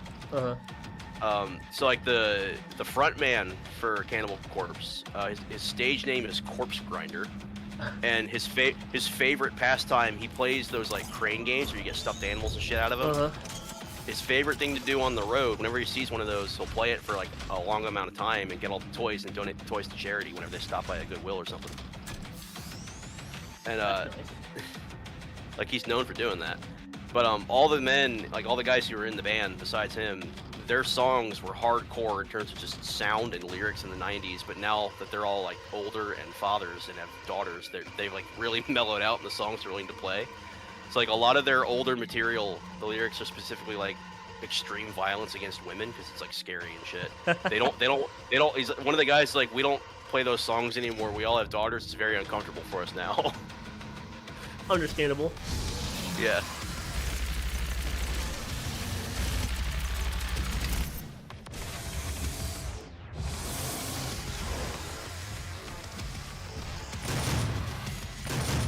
Oh, giving that fucker both barrels. I see how it Yeah, goes. sir.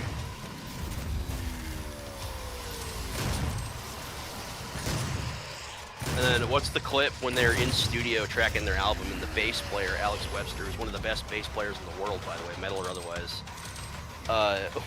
He's saying something about music theory, like he's a theory nerd. And the producer makes a mistake of saying, what fucking mode are you playing on this? Like, what scale is that? Some kind of like double harmonic major or something. And then Alex responds as well, if you want to know. And the guy's like, oh, he's like, no, you asked, you want to know. It's, he goes to like this big, like minute-long spiel about what it is. Like, and the guy's like, damn, fucking Geek Central up in here. And Alex is like, you asked, you wanted to know.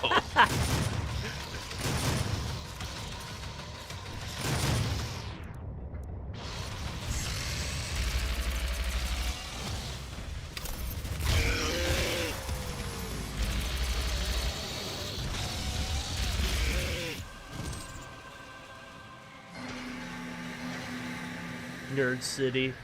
It's fucking Geek Central up in here. You asked.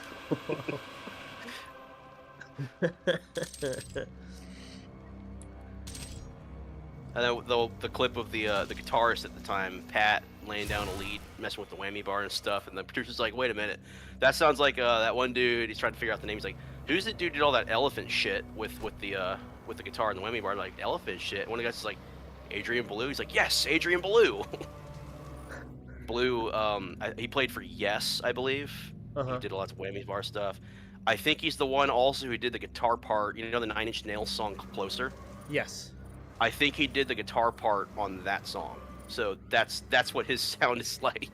Interesting. Yeah, Man, Yes is such a great band. they are. What was he, Yes or King Crimson? He might have been King Crimson, actually. King Crimson is also a fantastic Yeah. band.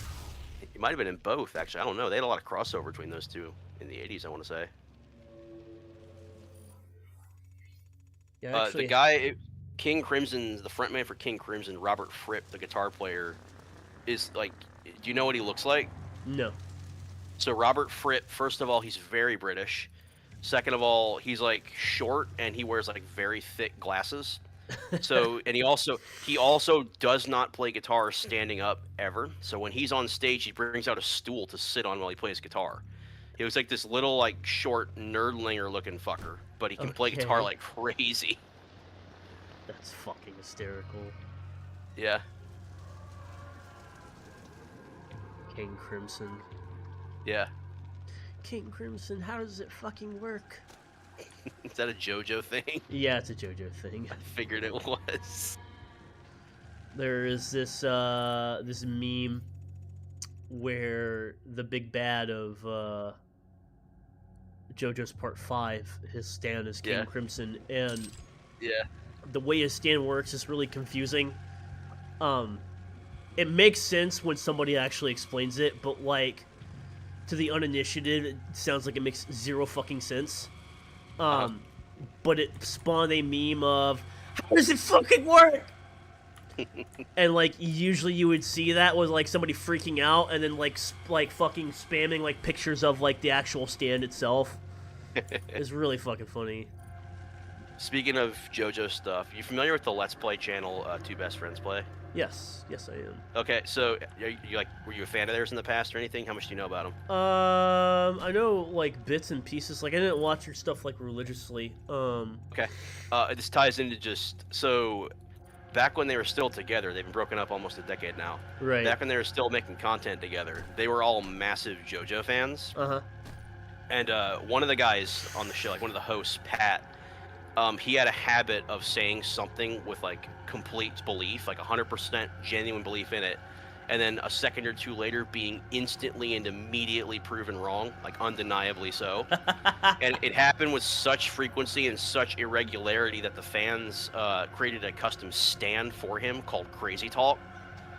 So if you look up, if you go on YouTube and search Pat Crazy Talk compilation, you'll see every instance of him over the course of the show saying something with genuine, pure belief in it, and then immediately having the game prove him wrong. It's quite funny. That's fucking There- hilarious. There's also another moment where one of the other hosts, Wooly, the black guy, Wooly, Yeah. so JoJo apparently has a series of novels, like not manga, Yes. like novels. Yeah, like out. light novel. Yeah. Yes, Wooly was reading through a couple of the light novels because they're far ahead of the anime and ahead of the manga as well. And he was telling the other guys bits and pieces about the plot, and he hits them up with something that they think is great. Like he tells them, like, I've been reading the JoJo novels, and it turns out there's something beyond a stand. And both the other guys, Matt and Pat, are instantly like, "Shut up, Wooly." Then he's like, "No, they're actually called Beyonds," and they're both like, "Shut up, Wooly." That's fucking funny. Beyond. Yeah.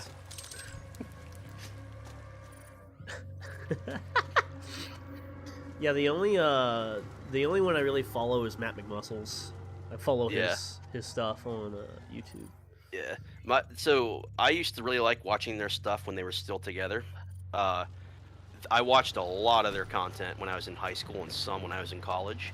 Mhm. But the moment they broke up, I just kind of lost all interest because all Wooly and Pat do is stream independently and occasionally get together for a podcast episode every week or so. And then Matt, I don't think is friends with any of the guys anymore, which is why they broke up. By the way, they broke up because they stopped being friends with each other.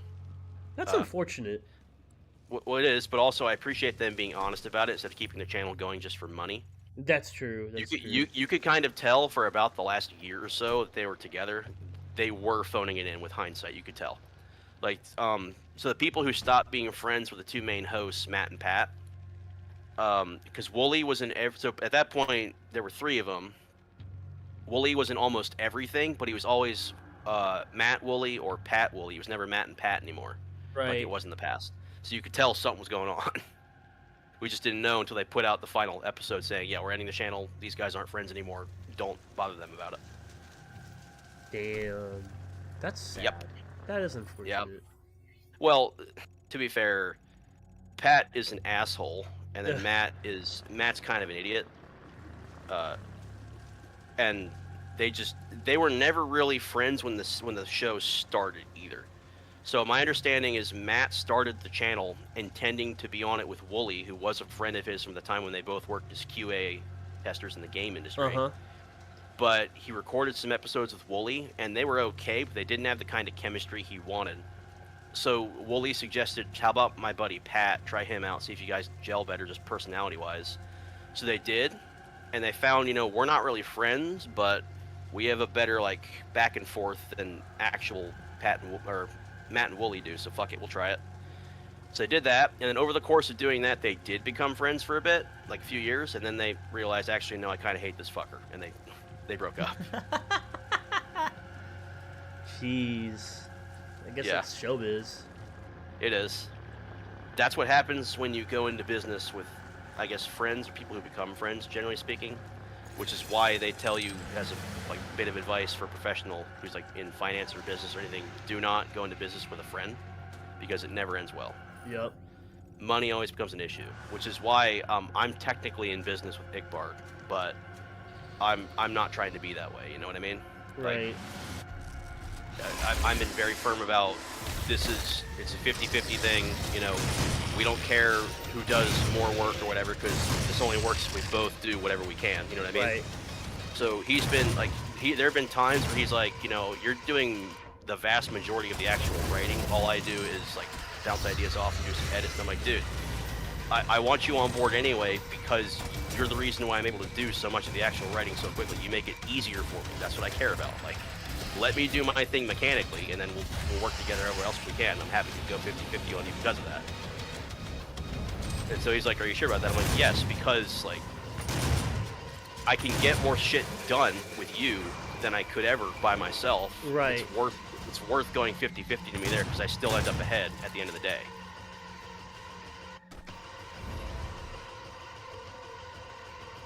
Of course, that's the arrangement now. We make like dirt off of it, and I'd like for it to continue being the arrangement when we're making more than dirt off of that, if you know what I mean. But I see no reason why it wouldn't. It's always a little bit of fear, like, are we going to turn into assholes like that? I don't believe we will, but still something to keep in mind. I mean, it's always good to stay humble. Yeah. I mean, for my part, well, actually for his part, he wants me to handle the money side of things right now. Like any kind of, sales we get, they go to me first, and then I divvy them up. And then for my part, I'm quite transparent about what we're actually getting in and what each of us is getting. So I give him like screen caps of the before and after, like this is the net flow in, this is it divvied up, this is what we both receive. So, cool with you?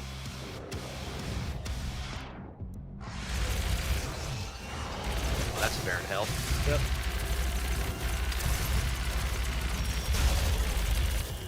Damn, he whiffed that one.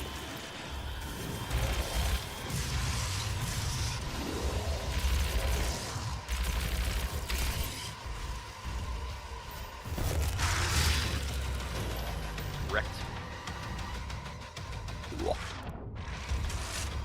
Oh shit! Another one. That actually scared me too. Yeah, fucking.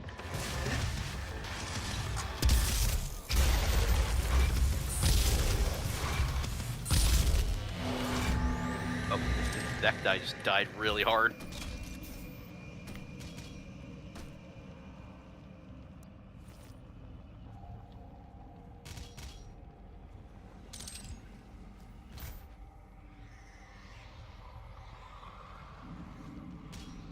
Hit me with some wisdom, man. What do you got to tell me? Wisdom. I'm very tired. I don't have. You found very eepy. Are you able to keep streaming? You want to call it quits? No, I'm good. You're going to keep going for a bit longer? Yeah, I'm gonna keep going for a bit longer. Alright. You got the BFG 9000 model. The Keen guy. Hell yeah. Keen, Commander Keen. Commander Keen. You know that Commander Keen is actually Doom Guy's fucking grandpa. Is he? Like, is that in the lore? Uh-huh. That's crazy. That's crazy. No, fuck, wait, no. Or is it BJ Blazkowicz? Blazkowicz is his Wolfenstein guy. grandpa. Keen is his dad. Keen is his dad. Really? Yes, Commander Keen is the Doom. That is actually even funnier than the first one you said. Oh, I love that. I love it so much. Commander Keen. It's so ridiculous, but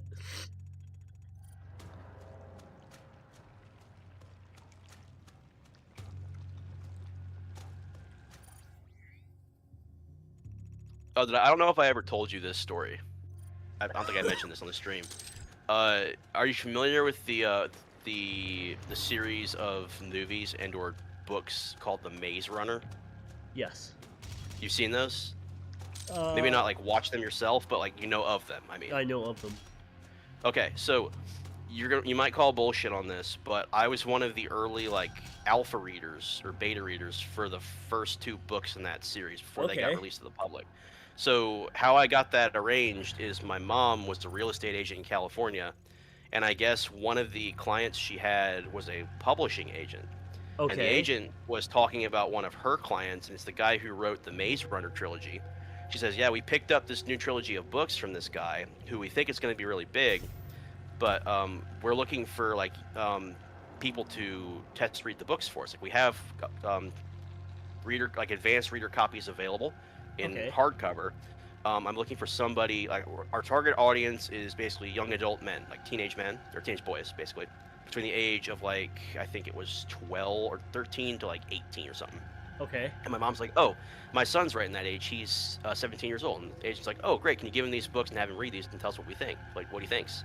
And so my mom came home with these new books for me to read, and I was big into reading at the time. So she gave me those books. Like, here, just read these. Let me know what you think. I'll tell my my client. So I read the books, and even back then, my response was when she asked me how were they, because I read them in like a week. I was like, they're mid, basically. That's what I said. Like the equivalent of time. I'm like, they're extremely mediocre.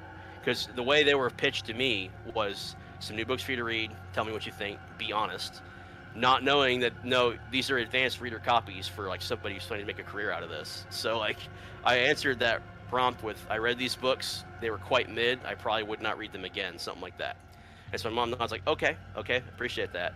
And I do not believe she ever told the agent that was actual feedback for very good reason.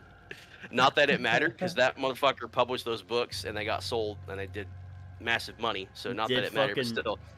I can officially say I knew the Maze Runner series was shit before anyone else did, for the most part. Could you imagine if your mom was just like, you know what, fuck it, I'm gonna tell her that. I mean, I don't think it would have mattered because they were advanced reader copies. They were already going to print. They just wanted to know, like, what can we expect in terms of overall reception. So I believe among my age group at the time, I was the outlier. Everyone else thought they were great. I was reading this like, this is not. I don't know. It's I never read them. I never read those, you and missed nothing. And I never read. I, funnily enough, never read Harry Potter. I never read Hunger Games. I did read Harry Potter though. I never read Hunger Games either. I just had no interest. I read Harry Potter, but like after it had finished its run. So I didn't start reading Harry Potter until like a year after the last book actually came out, I believe. Interesting. That's when I read the first one. So they're fine. They're fine. That's the best I can say about them. I understand why they sold the way they did, but I'm not going to sit here and act like they're, anything more than fine in terms of quality. I mean, there were other IPs out there that basically had the same formula, but were doing it better. Funnily enough, I never read the books, but I've seen all the movies, and I've read plenty of fan fiction to the point that I basically have read the books because people get really detailed with the fan fictions, which is really funny. I don't even know why I started reading Harry Potter fanfics. Probably the same reason I started reading fucking Game of Thrones fanfics. Or Ruby. That was me with Ruby. I started reading Ruby fanfics before I watched the show, actually. Funnily enough, I forget why. I remember why. The first one I stumbled upon was a crossover with New Vegas, actually. And I read it, and I'm like, actually, this is kind of cool. I might check the show out, see what it is. I'm like, the show's ass, but I'll keep reading the fanfics. Why the fuck not? I think that's how it was for me. I think I read like a fanfic, and then I actually never watched the show. I just wrote fanfiction. And it was like, well, people fucking post in autistic detail about the show as is. I don't even need to watch it. They do. Let's be honest. The stuff that most people care about in the fandom, anyway, is the first 3 volumes. So you can just write it just only ever just watching the first 3 if you really didn't care that much. And even then, you don't have to watch it. It happens beat for beat in fanfic so much you'll know what it is just by reading that shit. Exactly. And then I think I actually did watch a little bit of it. I watched the first 2 episodes, and this was like years ago when it was like still relatively popular, and all I could think to myself is why is this popular? It doesn't seem very good. So my favorite piece of Ruby trivia is people started making fanfics for the show the moment, before the first episode even came out. They were making fanfics and fan art of the show when the first trailers dropped. So the first trailers came out starting in late 2013. Yeah. And they were a trailer for each of the 4 main characters. People were making fanfics of them, and being fan fiction, some of the very first fanfics to come out were shipping related fics, right? Right. So to my understanding, somebody can correct me if I'm wrong, the very first piece of quote-unquote official shipping-related fanfic, before anybody knew anything about the characters in depth, hence the reason why this was made, it was a shipping fic that paired Ruby with Yang, before we knew they were actually related. God. That's what actually happened, which is very funny to think about. I remember the person who wrote it made it, and then it was revealed, no, they're related. The person's like, oh my gosh, what have I done? Holy shit, no way. Yeah, and if I remember right, also, the first piece of actual like John pairing, like the first John pairing that was made for the fan fiction scene was Dragon Slayer, I think. Based. I believe it was. That's exceedingly. It was based. not Arcos. I think it was Dragon Slayer first, and I think the next one was Lancaster actually. Arcos Also didn't come based. until a bit later, Very based. but funny to think about. You could replace Arcos with Lancaster and Dragon Slayer and immediately be 10 times better in the show. Yep. You sound like the more you stream, the more progressively sick you get. Probably.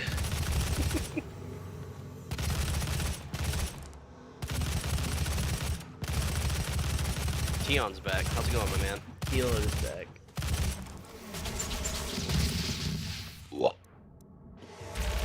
He's not talking though. I wonder why that's the case. He must not like us anymore. Sag. Sad. Sag.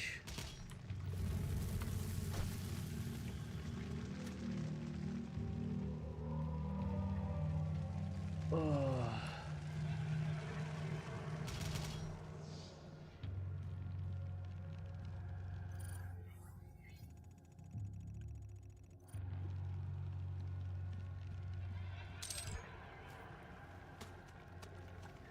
Oh, okay, sure.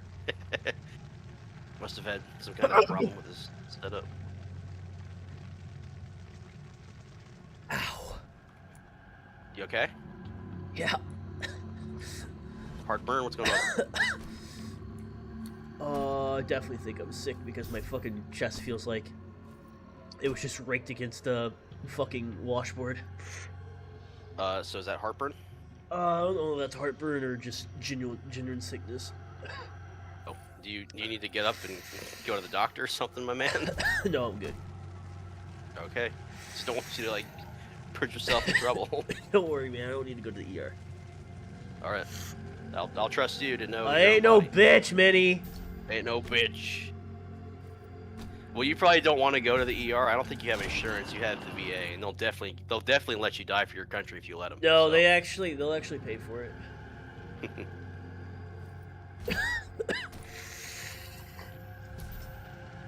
Fuck. But, No, they actually will. I had to go to the ER for. Did I tell you about that? What? For my testicle. Oh yeah. Yeah, they. I had to did? go to the ER for that, and all I had to do was call a number and turn everything in, and they covered everything. Okay. You had to go in for your circumcision. They said, Yeah, for stand my- back. We're gonna lay it out on the cutting board and just whack the thing a little bit. Oh my god, I'm sorry. That reminds me of.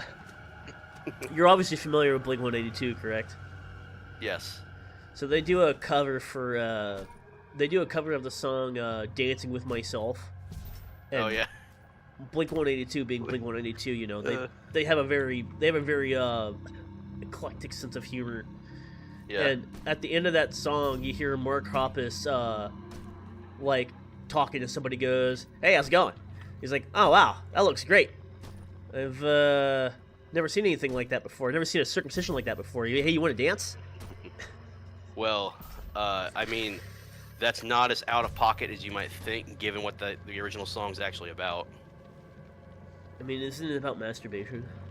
It is. It's about jerking off. What I assumed. Which, the funniest part is a lot of the people who grew up with that song in the 80s don't know that. So my parents didn't know that, but I did. So when that song came on, they're like, "I love this song." They gave me fun of it. I'm like, "You know what it's about, right?" And they're like, "No." I said, "It's about jerking off." And they're like, "No, it's not." I said, "Read the lyrics. It's about jerking off." So like, here, let's pull them up, and we'll let chat. We'll let chat. I mean, it makes We will let makes chat hear sense it. to me. Dancing with myself. Yep.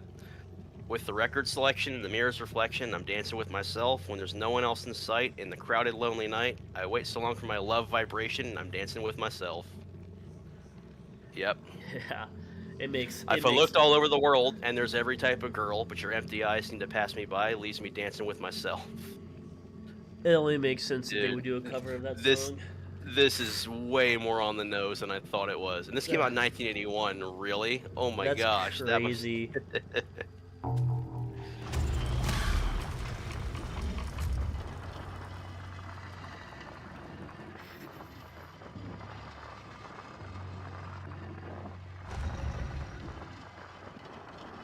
That's really the kind of song I'd expect from Boy George or some shit. I don't know. Oh shit. Oh shit. You getting crushed, my man. I was like, what am I? I was like, fucking confused. Nope. I think you're supposed to go in that corner there. Just wait it out. Riveting gameplay. Just jork it out. Jork it out. We're jorking it, chat. We're jorking it, chat.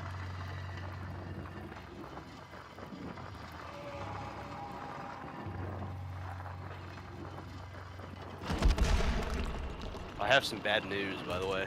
What's that? Jelly from Phase Connect is playing through New Vegas right now, Oh no. and she got to Ulysses and said something to the effect of, "Actually, he's kind of cool." Oh no. And everyone, the whole chat was like, "No, we lost her. No." Don't worry, she won't be saying it when she hears the bear in the bowl like 40 fucking no. times. She say that when you meet him in the silo at the end.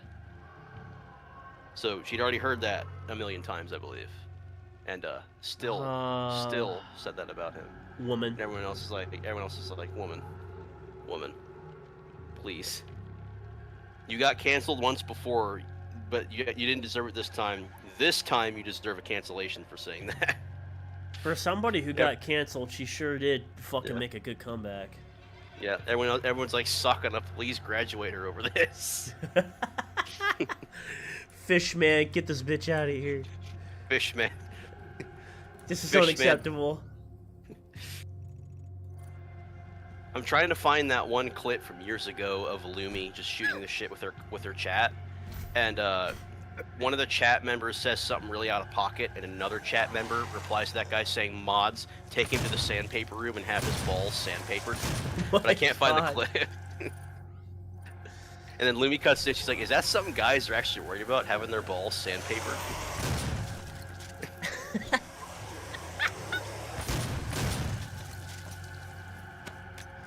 Fucking Lumi. Sometimes that you feel like, it's just Lumi and Pippa who are super unhinged in that company, but no, it really is everybody. Oh. Fucking Mari did a tier list for if everybody in Phase had a cock, like if they had a food a cock or whatever. Fucking Christ. And so she scaled everybody according to how big it'd be. And at the very bottom of the tier list, there was one person on the vagina tier, and it was Sakana. he sent her a chat saying, "Please pop in Discord chat for 5 minutes. We need to have a talk about this." Oh my god.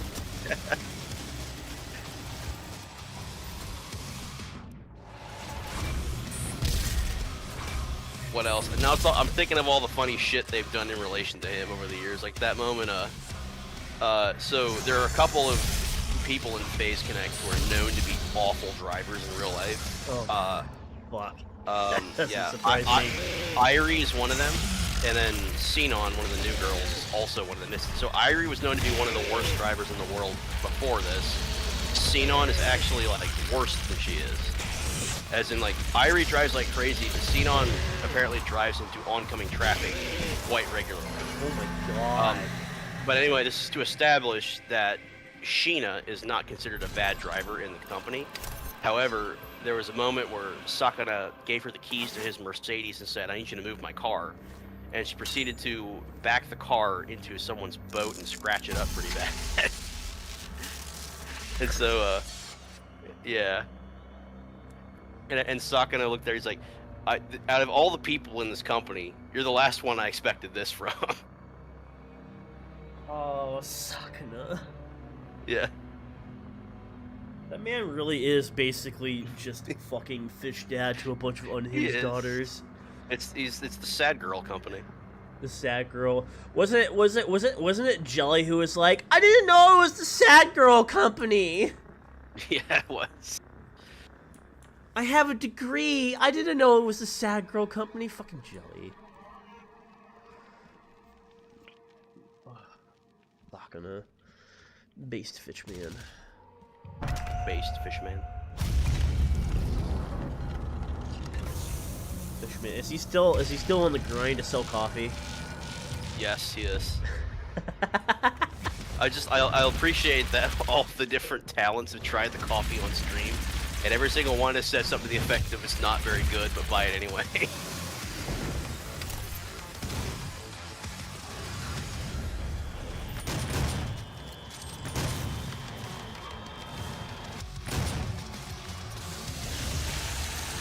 Get chainsawed, bitch. Fuck you.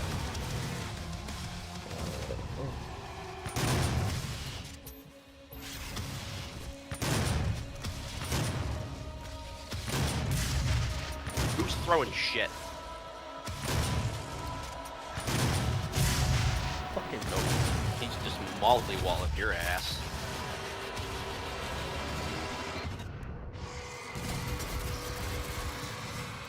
Ugh.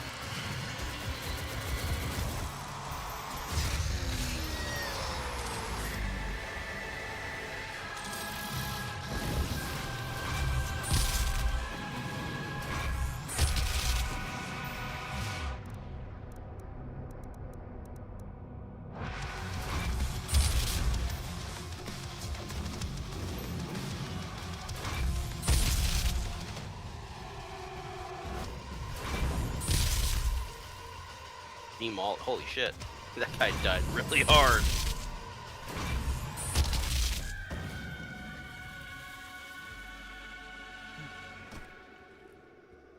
Yeah, the gore effects in this game are Quite something, impressive. we'll say.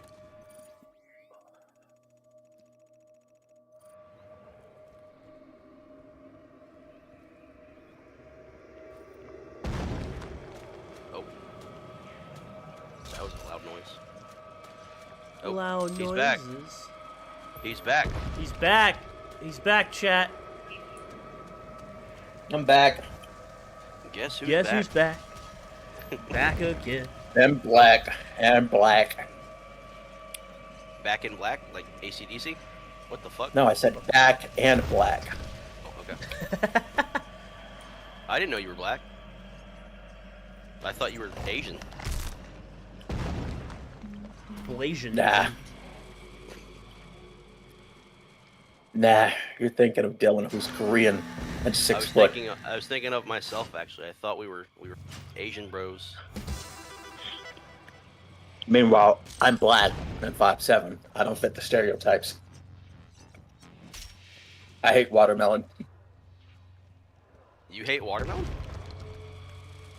That's not even a joke. I don't like watermelon.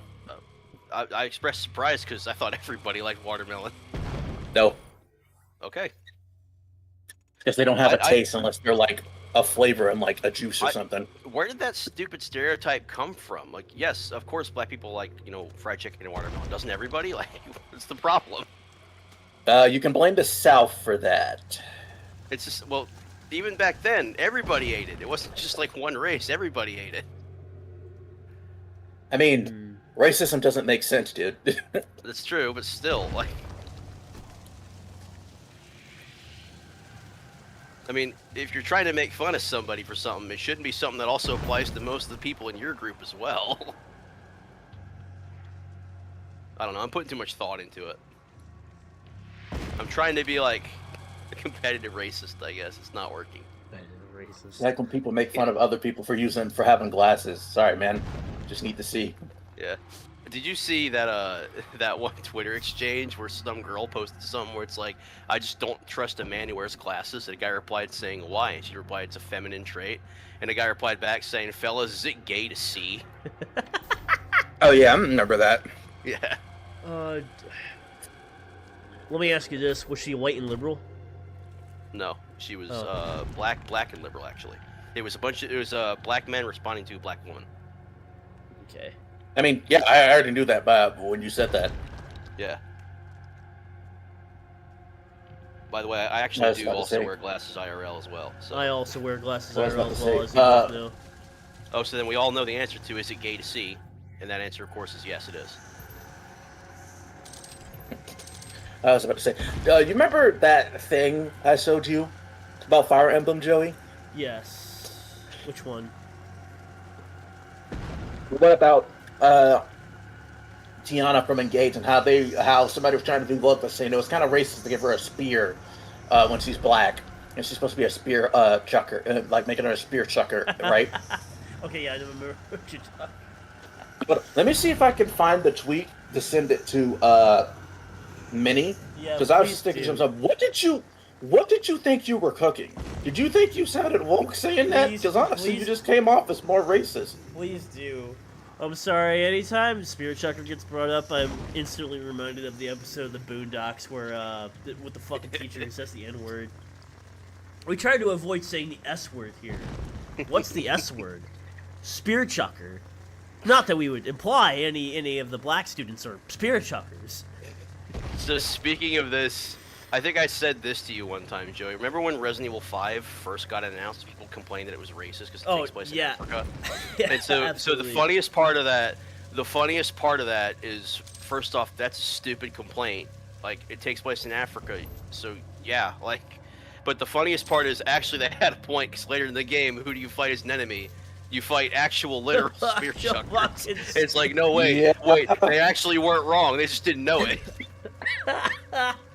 If we do get a Resident Evil 5 remake, like everything else is fine. They're gonna have to remove like a solid third of that game, or at least severely overhaul it to the point of it not being recognizable. Because if that came out in today, that'd be a problem. I'm gonna fully admit that. Yeah. Listen, I don't think they meant any harm, but that's still fucking bad. I don't think they did, but like it's unintentional, but still. Yeah, I remember getting to that, and I didn't think it. It's like, okay, you guys might have had a point. I didn't think anything of it at the time, and then like years later, I was like, wait, maybe, yeah, that's a bit. Maybe this could be seen as in a little bit of bad taste. All right, here it is, Minnie, right here. Oh boy, I'm excited. It's for this. like Hold on, I'm going boys. to read it out loud, not to be the friend that's too woke, but to Miria and Devon and D-Dan being black people that are part of a spear chucker trope always that rubbed me. Like, if any characters to make infiltrate Lance uses, you use the POC, and it's like, what did you think you were cooking for a second there? It makes a statement so woke it circles back to being incredibly racist. Damn, bro, Woke 1 was crazy. Now, how about Woke 2? How about Woke 2, my guys? I had to bring that up. As soon as you said that, I was thinking, yeah, I gotta bring this up now. Yeah. Also, spears are awesome weapons. Yes, they are. But nothing beats a good gauntlet, in my opinion. We need more gauntlet protect. I'm a basic bitch. I just like guns. That's my favorite. I just think they're cool. Guns are cool too. Yeah. I love firearms as well. I love firearms in the physical sense, in the sexual attraction sense. What? Sorry. But if we're talking about like a game where they give you like multiple options and like it's like a action RPG or even a Souls-like, right? I'm going for hand-to-hand, man. Oh, for sure. So I think but all the different combat styles have their place. Like I would never try and do like a Devil May Cry style that's pure firearms, right? Or even mainly firearms. You know what I mean? Well, you can though. I know, but it's not as fun as like the regular mixing it with the melee combat. Yeah, you're right. That's why I wouldn't want to do it. But I also would never put in like a mil sim or like a police simulator like Ready or Not and have you not be able to use a gun in that mainly. You know what I mean? Yeah. There's the time and place for everything. I just wish there were more games that use gauntlets. I know I'm technically getting that with Stellar Blade, the next Stellar Blade game, but I want more. You know what I mean? Yeah. I don't know why more games don't. That's a good question. I feel like I feel like one of the cooler games to do it is actually like New Vegas with the Tower Fist and stuff like that. Just going around punching people so hard their heads explode. When I eventually got back to New Vegas, because I found the Fix-It mod for Fallout 1, so at some point I'm trying to plan, when I do a Fallout 1 playthrough, get through those games, play New Vegas, fuck 3. Yeah. And I want to do a power fist build mixed with a revolver. Mhm. Oh, so if I can make a suggestion, try the ballistic fist if you're doing New Vegas. Do the ballistic fist. That thing is Yeah. fucking killer. Yeah, the I ballistic love it fist so much. is fucking phenomenal. The unique one you get from the gun runners is called two-step goodbye. When you get a critical hit with it, it causes them to explode, which is fucking amazing. Yes. So you can you know, can do a crit build with luck spec'd into it, so 10 luck, and just get the ballistic fist that does that. It's just, everybody dies by exploding. It's amazing. another video game pro tag that uses hand-to-hand combat for their What? game, but it's not like permanent. Sora in 3. Those ice gauntlet weapons. I remember first playthrough. I played 3. I kept them on for like the entire game because I was thinking to myself, it's nice to have an option where I could just not only skate around, but just like cut people in half with like ice gauntlets. That was fucking Yeah. sick. Was it Dark Souls 2 had, I think they're called the Cestus weapons? Where Dark Souls 2 had power stancing if you dual wielded 2 of the same weapon. Yeah. So you could power stance with the Cestus, and I remember that thing was fucking fun as hell to use. Doesn't Elden Ring have like melee only weapons? I think it does, like fist weapons. Yes, it does. Yeah. I think so. There's, I don't there's think it lets also- you power stance though. It does. It lets you power stance. It does? Uh-huh. Fuck, just what I know. There's also, Alucard and Cynthia tonight, who I think is the only Metroidvania pro tag in the Castlevania series that you can just use pure fist with him without having to equip a separate weapon. Yeah, wasn't there? There's a bonus character in one of them. It might have been Symphony of the Night. Where you put in a code, you can play. I think it's Richter or somebody, and Yeah, he it's fights Richter. barehanded. No, I don't might think have it's used a Richter. code. That was you're thinking Maria. Yeah, Maria Maria. did that in the Saturn version. Oh, okay. There was one of them. I just couldn't remember who. Yeah, because Richter has his whip. Yeah. Yeah, Richter has the vampire killer. It's funny to me that Portrait of Ruin reveals, like, even 100 years later, right? The strongest user of vampire killer until Julius Belmont came in and knocked him aside and turned the strongest Belmont was Richter Belmont. I always like to imagine that when 19-year-old Richter walks up on Dracula, Dracula just starts doing a speech for Richter, not even using the whip. He just sucks the shit out of Dracula, and Dracula just goes, "Oh, fuck." Oh, this dude came to play. I see what it means. He kills that motherfucker. He kills Dracula for good. Yeah. Too bad the Netflix series can't actually use him though, and if they do, they fucking ruined him already. Yeah. They ruined a lot of things in that series, from my understanding. The only thing I would give the Netflix series is that he would actually look like how he did in the GBA game. Have you seen the difference between Julius's GBA portrait and his DS portrait? Like, Jesus Christ, man, they No, took I away. haven't. Okay, I'm gonna show you. They took away all that man's aura with the DS portrait. Oof. Oh, Joey, in Bloodstain, There it is. does Miriam get some kind of fist weapon as well? I think she starts off. Doesn't she start off with She using doesn't- kicks? She can't She uses her boots, yeah. She can't use I think she can't. I think there is a fist weapon, but she also has boots. And Yeah. the boots can be Okay. really powerful. Okay, But that's that's- his original GBA portrait. Okay, not bad, not bad. Yeah, look at them. Look at him. Distinguished older gentleman. Distinguished, yes. He looks Alright, like hold Jacques up. Schnee if he was red-haired and not an asshole, kinda. Don't insult Julius like that. I apologize, that was uncalled for. That was uncalled for. Alright, and here's Julius in the DS game. Look at that. Alright. Oh my Somebody's God. Oh dad. my gosh. Somebody's dad. Yeah. He looks like, fuck, what am I thinking of? He looks like the doomed anime father from every, like, shitty shonen I can think of, you know what I mean?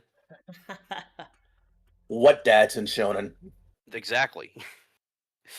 No, I'm being for real.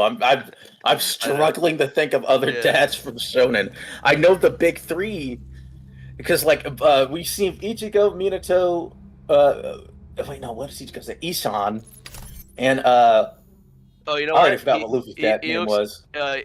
He looks like Jing freaks if he actually came back with the milk, but like 40 years later. Like Hunter x Hunter, you know what I mean? So. Yeah, he looks like Ging, yeah. Ging's such a piece of shit. Massive piece of shit. Yes, oh my god, man. Did they ever start airing new seasons of that show? Like, ever? Air what? Air what? There's next to nothing to Oh. adapt at the moment. Oh no. Oh no. Yeah, he's Bro, it's like... the mangaka is like Bro, fucking sick all the time. Hold on. Oh. How many chapters of Hunter x Hunter have came out since Since the like 2015. anime? Because that was like 10 years ago, I think. Alright. Only 71 chapters Oh no. have been released since the anime ended. Bruh.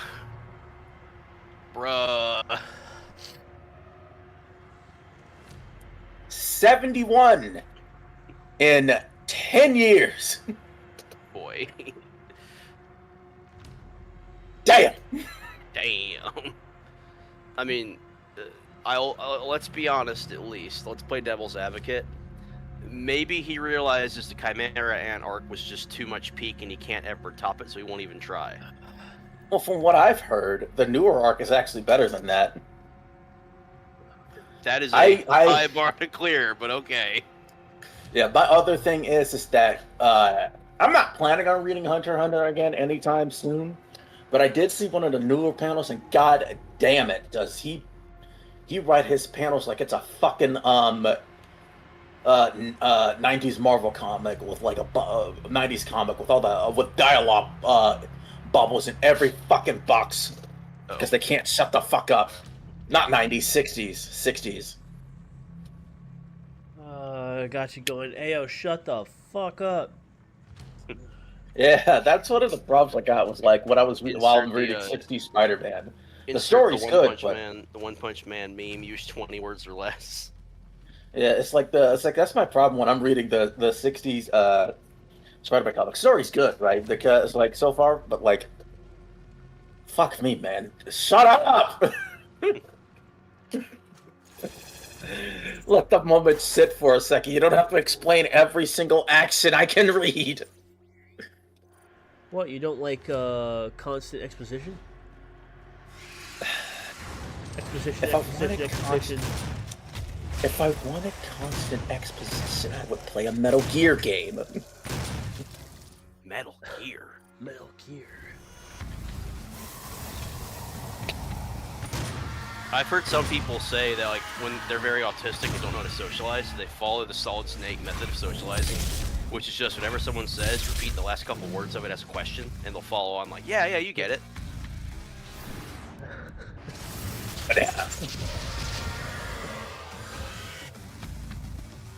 You mean Metal Gear? You knew? Metal Gear is one of the most secret black projects. Black Project. Yeah, Snake. It was made by a whole bunch of autistic black nerds. Autistic. Black. Wait. Nerds. But then Otacon worked on it. Does that mean Otacon has the pass? Yes, he does. Yes, but let's be real, he would never use it. So everyone like everyone makes fun of his this must be like one of my Japanese animes or whatever line. But I thought the far funnier one is when someone says they're alone and Otacon cuts in with alone. Are you an otaku too? That one was way funnier to me. My favorite part was like with Otacon is like maybe he was being extremely naive, but the fact that he didn't know that Rex was going to be used as a weapon is like, were you not paying attention to the fact that they strapped a nuke launcher on it, dude? Maybe it's just Rex's emotional support nuke. You don't know. No, you want to know the funniest lore drop about Metal Gear? What? Is that the real gun that Fortune is using is the same one that Rex had.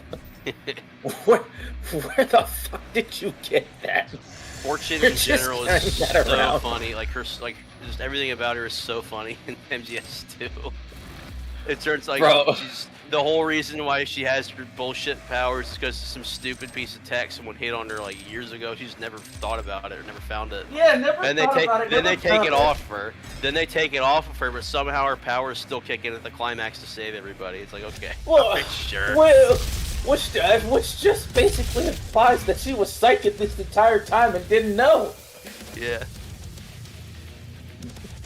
I do appreciate that, like, MGS2 is where it started to get really bad shit. Like, that's where, Ocelot's arm starts, like, taking over his body, except not really, except maybe, except not really. Bro, what gets me is that they could have just kept that. Kojima didn't have to change that detail because, like, I somehow find the fact that Ocelot hypnotized himself to make him think that he was liquid stupider than just the magic liquid possessing the possessing his arm. I also like just so we already had the weird like boss squad in MGS1, and then somehow MGS2 is just even weirder. So like MGS1, you had Ocelot, who's just a fucking old dude wearing With a like gun. with a old ass revolver, right? You had Vulcan Raven, who's this big motherfucker carrying around a fucking M61 Gatling gun, just by hand. You had Sniper Wolf. Her whole thing is she's a very good sniper, but she regrets shooting people or something like that. And then you had who's left? Psycho Mantis. Psycho Mantis Psycho Mantis. speaks for himself. Like he moves your controller and shit and reads your memory card, which is awesome. You had You also forgot Decoy Octopus. Yeah, Decoy Decoy Octopus, but he died. And we don't even get the fight. He accidentally killed himself. And then you have Gray Fox, who's just completely nuts. Then you have, I guess, Liquid at the very end. So everyone on there is already weird as shit. And then MGS2 immediately right out of the gate, you fight Olga, who's mostly normal, but that's just the prologue, so it doesn't really count. Your actual boss, you fight Fat Man, who's a fat guy on roller skates planting bombs all over the place. Who drinking wine. Juice. Drinking wine. No, that's juice. no, that's not wine. Juice? It's juice. It's juice. Yeah. But he's a fat dude on roller skates, and he has to skate around because he's too fat to walk regularly, and he throws bombs all over the place. You gotta fight Vamp, who's a bisexual flamenco dancing. Maybe he's a vampire, maybe not. Then Vamp's a vampire. Yeah. Then you have it's because of nanomachines or whatever. Then you have go ahead. Then you have who else do you have? Fortune, I guess. Do you fight Fortune? Fortune. I forget. Who's again? You do, but you can't beat her. Yeah. Then you fight who else? You fight the President of the United States at the very end. Ex-president. Ex-President of the United States, my bad. Who looks like a Dr. Octopus ripoff. Yeah. And you fight him in a big duel with samurai swords on top of The Capitol samurai building. sword. Bro, that fight still pisses me off because I've never used this before. And then he dies. He dies by being thrown off the roof and landing at the foot of a statue of George Washington, who's his idol. That's when the series started to really go batshit. I love it so much. Bro, here's my thing about Vamp. He's not even called Vamp because of his backstory of surviving a bombing and then having to drink the blood of his family to survive. No, it's because he's bisexual. Which, by the way, is the first time the word bisexual was ever uttered in a video game. Figures it'd be Kojima doing it. Fucking Kojima. And then he dies, quote unquote, by sinking into that special type of water that's supposed to be super heavy and impossible to get out of. Except he gets out of it, and then he comes back in MGS4. No, that didn't happen. That you fight him first, right? Then he comes back, kills Emma, right? And then he comes back again, and then he's still alive. Oh, hey, that. Yeah. He's still alive because you can actually see him in the background in the credits. Oh yeah, I forget in the credits you can see him in the background hailing a taxi of all things. What else? Then my favorite part, quote unquote. With my favorite, I mean decidedly not my favorite. It's in fact my least favorite part about Vamp is he comes back in MGS4, is a massive problem for the whole series, and then cementing her status as the worst girl in MGS ever. Naomi tries to treat him like he's sympathetic somehow.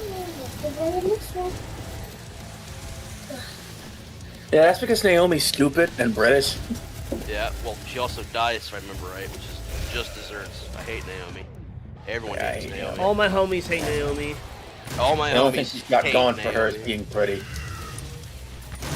Also, she fell in love with Otacon. She was already predestined to die. Oh yeah, that dude is just don't Otacon, just don't. That's why Snake died. Yeah. That's why Snake died. Otacon loved Snake, so he had to die. Yeah. All, And that's all why because Raiden- they had that special homie secret handshake from MGS2. Yeah. Fucking- And that's why If Raiden. only- And that's The why. fucking And that's why handshake Raiden was- isn't friends with Otacon. Give it a bit. Sonny will die too. That's probably why Sonny isn't with Otacon right now. He just went like, everyone you love dies, so I'm gonna have to distance myself from you. It's far safer for you to go to this like PMC than it is to live with me in a regular home. You'll probably die. Yeah. I don't even think Mei Ling talks to him anymore. I wouldn't want to talk to that fucker either. He's like a death magnet. Everything's his fault, guys. Whoa. Classic map. Yes. Hell yeah. I'm actually kind of surprised that Naomi never really talked to Raiden. I mean, to be fair, Raiden was pretty edgy in 4, so. Yeah, I feel like the characterization Raiden has of Force What's- and overcorrection for what happened in What's his line in 4? It even rained the day I was born. yeah, and then he goes on to say, "I am lightning, The rain transformed." I mean, but to be fair, that's a baller ass line. You know, there are some people who still think that Gray Fox could beat Raiden. No. That's fucking Who loves retarded. that? That's stupid. Huh? At the very least, Raiden came back and immediately redeemed himself in the very first chapter of Revengeance. No. So, He redeemed Like- himself in 4. yeah. But so if there were still any doubters left by the end of 4, they all shut the fuck up when Revengeance dropped. You don't even need Revengeance. The fact that Raiden managed to hold back an entire battleship one-handed is anything above what Gray Fox did. Gray Fox was struggling to hold up wreck. What do you mean? A cornered fox is more dangerous than a jackal. I mean, technically, if you want to get technical, Raiden's a fox too. It's crazy because I would go so far to say that human Raiden could beat Gray Fox if Snake could. Probably. Probably. You know what will be a way better fight? Solidus versus Gray Fox. I would still give it to Solidus. Because what was the gun he used to take down those rays into? Because it was like a pistol. It was some kind of pistol. Fuck, I can't remember what it was. I can't even picture it. Let me look it up. Hold on. Yeah.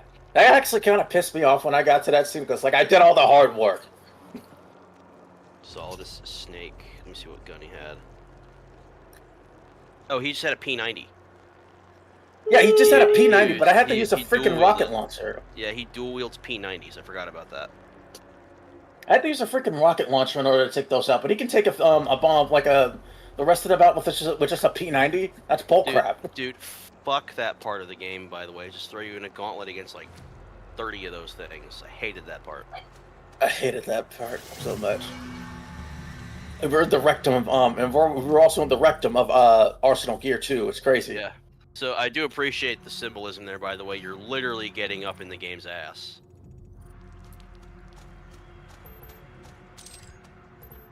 Bro. I would have appreciated Snake sharing some of that infinite ammo with us, though. No, The fact that the game, no, because the fact that the game canonically states that the bandana gives him fucking infinite ammo is. Well, it's funnier because not only does he have the bandana, he also has stealth camouflage, so that means that both endings for MGS1 are correct. well, it's like he uses the stealth camo, and then it immediately breaks in the rain. It's like, Otacon, your stealth camo sucks. Can't even work while it's raining. Adding on to the whole thing is like Snake probably would have give Raiden a bandana, but he thought to himself, "Now you look stupid with a bandana. Stick to sunglasses." Or he thought to himself, "You look too much like Gray Fox. You would look too much like Gray Fox." Didn't Gray Fox have a bandana in Metal Gear 2? No. I cannot Yes, he remember. did. Yes, he did. Did he?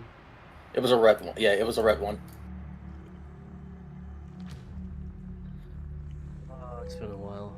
I'm also really tired. I'm sorry. It's been a while. I actually sang that for karaoke. Did you? I did.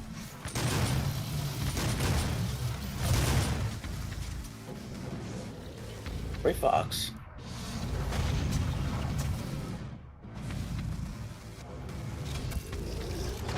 You know, if they ever do bring back Metal Gear in like a new game, they will bring back Gray Fox, but not Snake. They would say that he didn't die, and that they copied his brain into another cyborg android.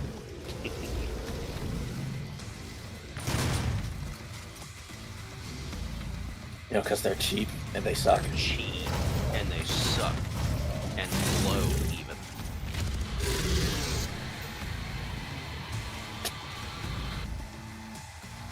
You could say Bring back they're the even president. gay.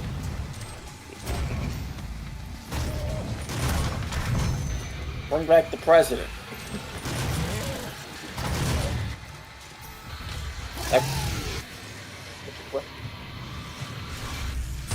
That's not bad. It ain't me. I ain't Is no it? fortunate son. Oh, What? Can I play spades? that's alright, okay. Thank you. I was about to say, lose the door. Anyway, I think, yeah, Solidus voice actor died. Oh, Jesus. so life imitates art. Sad to see. He died He in also 2017. Did he also get killed in the samurai sword duel? That would have been a sick way to go, though. Yeah, that's the way I want to go. Ooh. I looked up his Japanese voice actor and I thought it was different, but no, it's just the same as Snake's.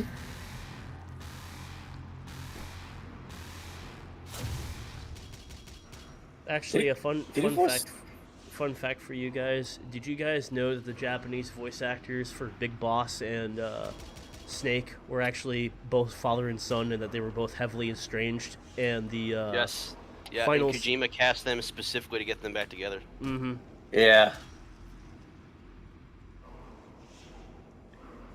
Which is pretty base of him. That Very best. that was incredibly base of him. He also, the same guy also voices Eggman. I actually didn't know that. He's a Japanese voice actor for Eggman. Well, was. wish- He passed away at 85 in 2015. I wish Kojima got a chance to do his full-on Silent Hill game. Dude, yeah. I was quite excited for Silent Hill featuring Norman Reedus and the Funky Fetus. That actually would have been really cool. Yeah, well, too bad. Nothing Too for bad. you. Konami said, bad. "You know, no Silent Hill for you unless it's pachinko." Yeah, and now we get to play as a shy, awkward, nerdy black guy in the next game. At least I think They he's would I don't know rather- anything about the new character. I don't know anything about the new character. I just hope the game is good, but I don't know. I'm not holding my breath. What do you mean? You're the world's biggest Silent Hill F fan. Fuck off. My disappointment is immeasurable. My day was ruined with that game. Dude, I remember you were sending me chats about that as you were playing through. Like, actually, it's pretty good. I'm having a good time. Then you got to one part, you said in all caps, "Fuck this game," and you went on like a multi-post rant about how shit it was. I tried, man. I tried so hard to like that game, but Yeah, and then still, I forget when we were playing through Homecomings. You say F was better or worse than it. I don't think I was playing F at the time. You were already done with F at the time. Oh, We did Homecoming like late They last just said year. F was better. Yeah, I said F was still better. I mean, F. Yeah, but- Look, I'm not gonna lie. F is going to be. F beats Homecoming by fucking miles. Like, that's not a high Yeah. bar to pass. I mean, and then I appreciate we had a terrible time with Homecoming overall, and we both expected there's no way Downpour can be worse than this, and then we went into Downpour. I think we made it 2 hours, and then we were all like, "This is just so This is just fucking awful. awful. It is like pulling teeth the whole time. I don't want to play this game anymore." And you called it quits. We don't blame you, buddy. Yeah, guys. What's up? It's okay, guys. Bad games happen. I mean, they do, but they don't have to, and they should.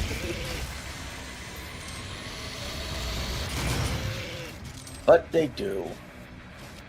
But they shouldn't. I say they should happen. As a cautionary tale. I Don't kind trust of, corporals, I'm they'll kind of in always let you agreement. down. I'm kind of in agreement with Theon on that. Oh, okay. Don't trust corporals, they will always let you down. Okay. I see how it goes. Joey, I thought what we had was special. I mean, We don't love you no more. Get out of here, Cor. So, I should have guessed. He never looks me in the eye and we make love, so. Fuck my life. I don't want to. Just so the chat's aware, when I spent Joey's time on holiday in Asia banging sloots, I spent that time we usually would spend streaming sitting here with Gary Come Home on repeat.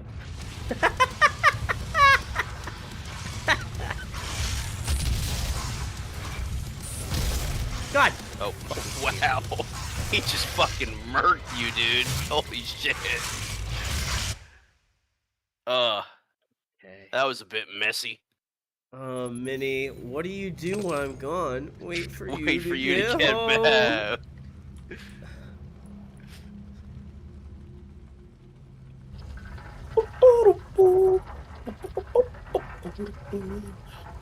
Why is the screen shaking like that? What is that?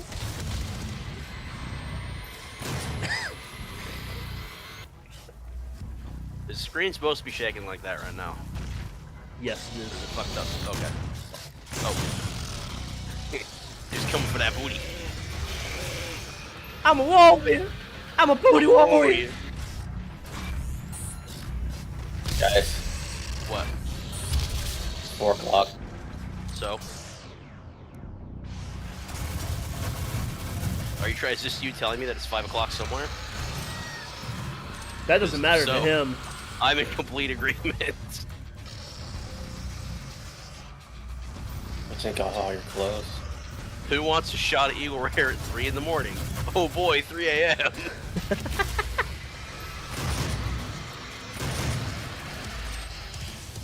Who's out drinking past closing time at 3 in the morning? Oh boy, 3 Oh boy, a.m. 3 a.m.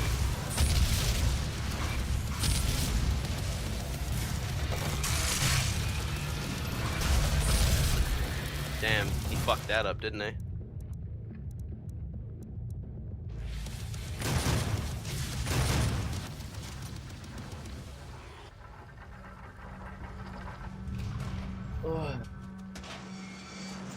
Closing time.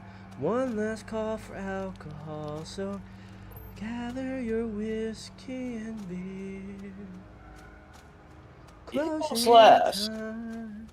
Evil You don't have slash. to go home, but you can Stay here. No one? Alright. Fine. I know that's the fucking what show was that? It was used as a theme song for some show. I know that, but I can't remember which one.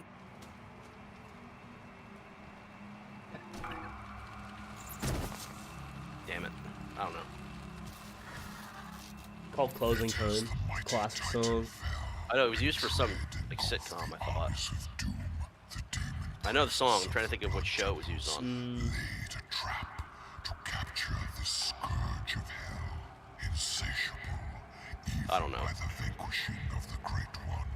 The Hellwalker sought to Guess I just have brain problems. blood keep, and blinded by his fervor, the lure drew him in. The priests brought down the temple upon the Doomslayer, and in his defeat entombed him in the cursed sarcophagus. The mark of the Doomslayer was burned upon his crypt, a warning Ugh. to all of hell. I just had a solid 10 seconds where I thought I had to sneeze, but I didn't. Never be That's always the worst. Yep. he lies still, and I imagine this is the same like sensation of how it feels to get NTR'd, but with a sneeze, you know?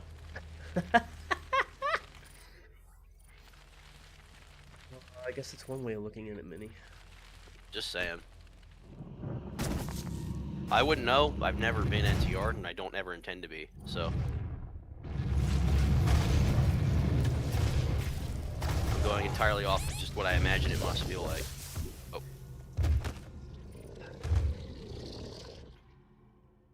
Damn, that big floating testicle just really did a number on you, didn't he? Sure did.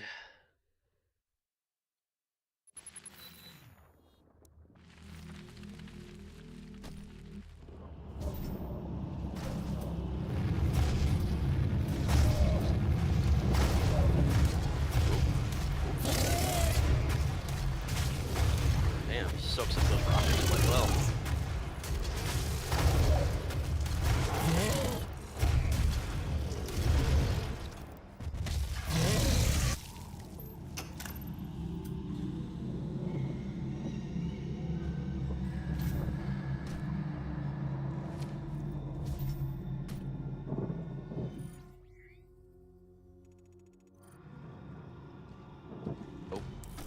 Is this a secret? It is.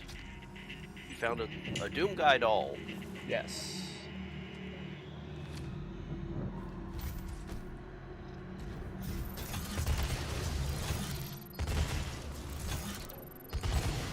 The chainsaw model, teal guy.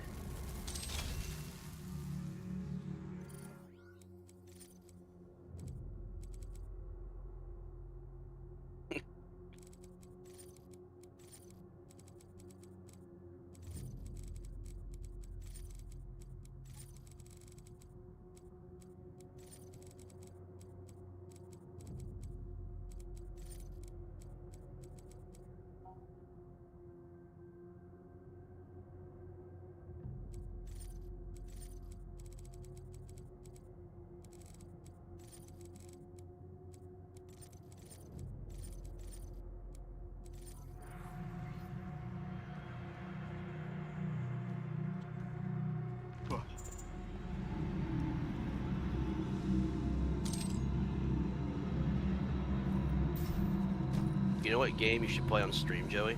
What's that? You should play Star Fox Adventures for one reason in particular. Would you put him through such a boring game? For one reason in particular. Oh, yeah, Crystal. Crystal? I guess. I mean, I guess I could play Stairfax temperatures for that. Please don't. I was making a funny. Don't actually do No. it. If you want, I can put us through No. that layer of hell. No, I don't. What, you don't I want to wanna- play? You don't want to play Dinosaur Planet with me? No. I got a better idea. Yeah. Why don't you play Star Fox Command? Isn't that one also shitty? No, of course not. Is this you being sarcastic? Potentially. Is this you yanking my dick? I wouldn't yank it, but maybe.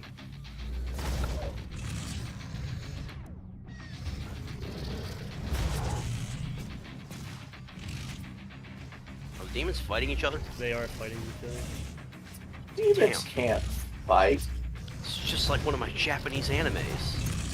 They're literally beating the shit out of each other. What is this, Monster Hunter? Monster Hunter? What are you doing that? You marry monsters. See, the monster hunter gets hunted for a new wife. Oh. So are they like monsters or like monster girl monsters? This is important. I need to know. It can be whatever you want. Oh, well. Hold on. I gotta go to Steam. Wishlisted.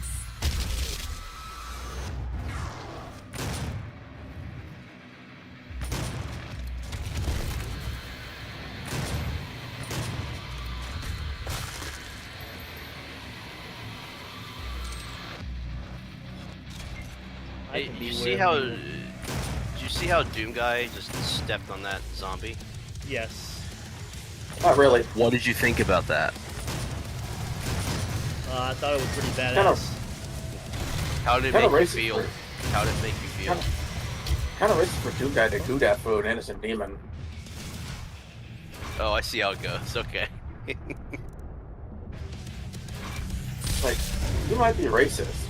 Guy, Doom Guy might be racist. Might be racist. Doesn't Guys, he know? I think- Demon lives matter.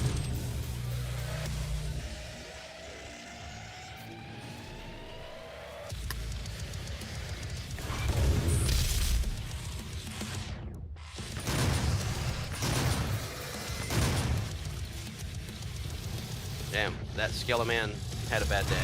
Yes, he did. Very, very bad day. Quite horrific for him even. Alright, so I gotta start making something for watch night tonight, Joey, so I'm gonna catch you later. Okay. See you, dude. Goodbye. Have a good rest of your stream. We'll try our best, but no promises because I'm here. Okay.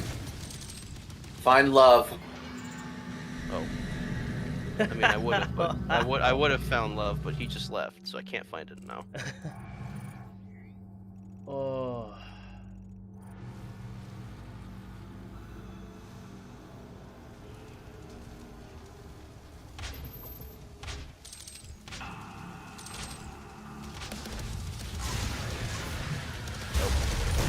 Oh Lord, he coming.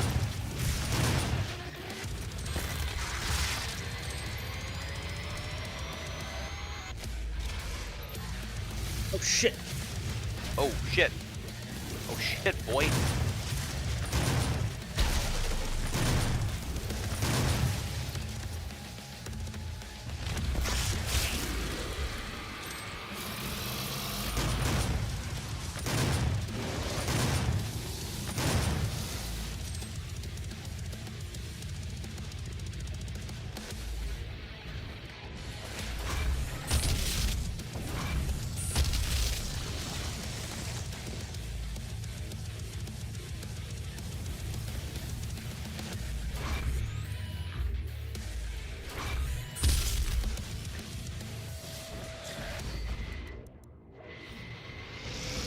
You're running out of bullets, my man.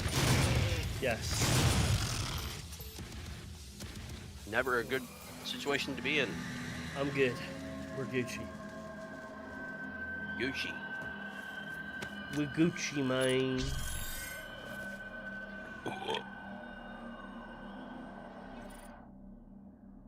Got a Glock in my Rari.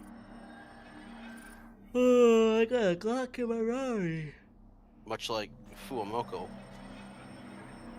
17 shots, no 38.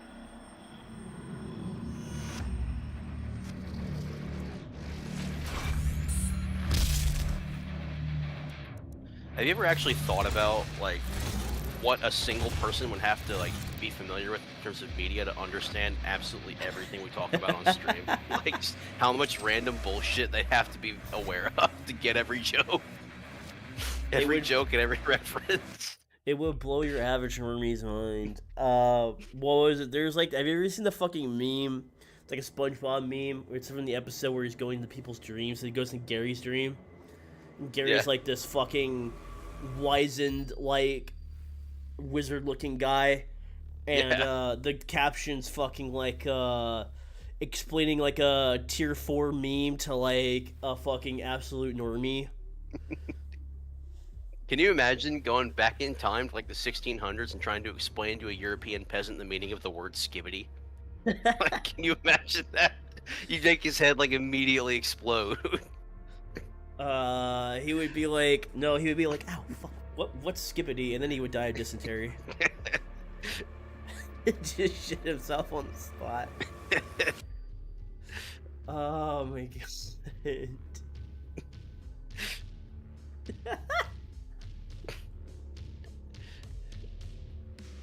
Oh. Me going into the Demiurge's reality temple and replacing every word in the ancient Chinese language with the word skibbity.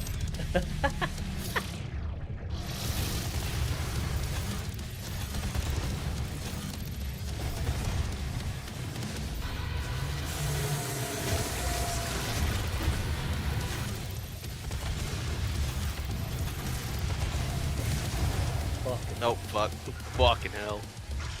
Fucking hell, mate. Oh, didn't have a license for me rocket launcher, mate. Oi, do you have a license for not being set on fire, mate? Oh, mate, you got a fireproof license there. Gonna have to take you downtown to the station, mate.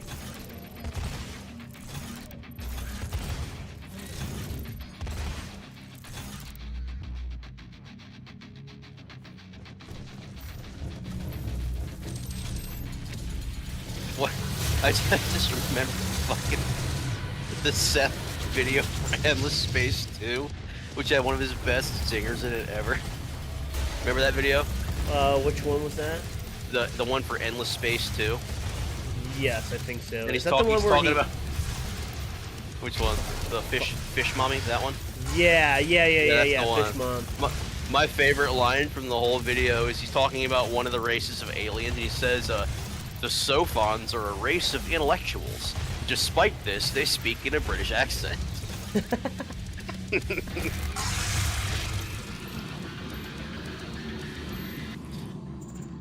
And then talking about, what's the other one talking about all the different leaders of the factions?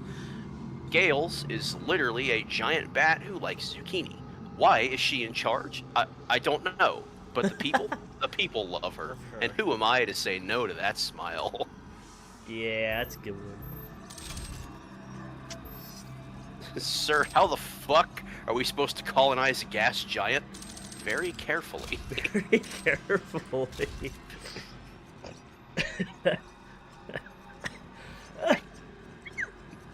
Holy shit. Oh. Oh my god. I need a moment, give me just a second. Yeah. I think I am getting progressively worse as I play the game. Okay. Do you have to call it? No, I'm good. I just Okay. need a moment. I just want to make it clear to anybody watching this aside from me. If this man dies his PC chair, his gamer chair, I have no responsibility or culpability for it. This was his choice, not me. I'm just here for the ride. No, I'm good. I'm Gucci. I'm just a little sick as all. Boy, mate, you got a license for being ill. As a matter of fact, yes, officer, I do have a license for being ill. Well, carry on then, mate. I still I think got of some your... I got some mean tweets to investigate. I still think of your comment that you made when I sent you the initial article on the Brits having their ACs banned because they didn't have a license. Wait, what I say? I forget this. Fucking hey, go. Let me fucking fight it. It's I don't remember this at all. Find it. I actually don't remember this.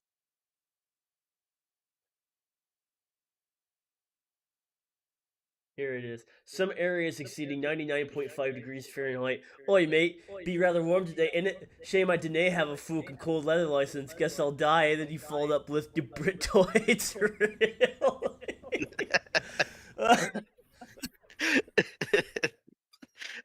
fucking you ending it with your Britoids really fucking sends me every time. Well, it's And then- because they always do shit like that for us to like, do Americans really? And then I followed up with Britoids dive heat stroke because I don't have a license for their AC. The frog screech about how we're to blame for European time because our AC units is causing climate change. My face went like my comfy cooled in 9-degree weather as I get ready to go to bed, and I posted the gif of me. I posted a gif of a woman fucking sleeping on a cat cloud with AC over her. Oh my god. You Britoids really? You Britoids are.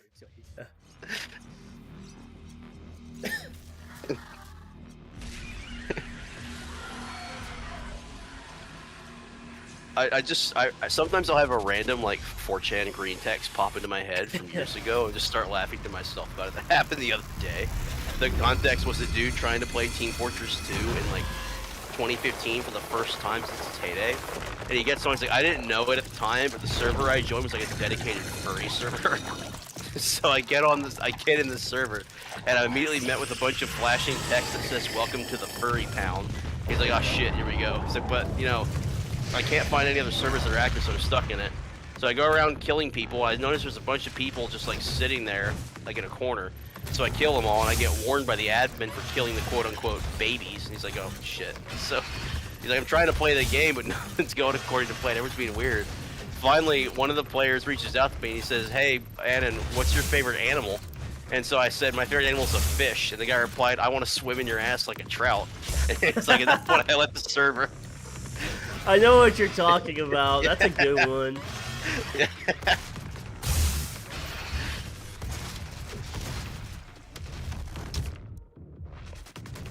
Wow, that was a lot of damage. Holy shit.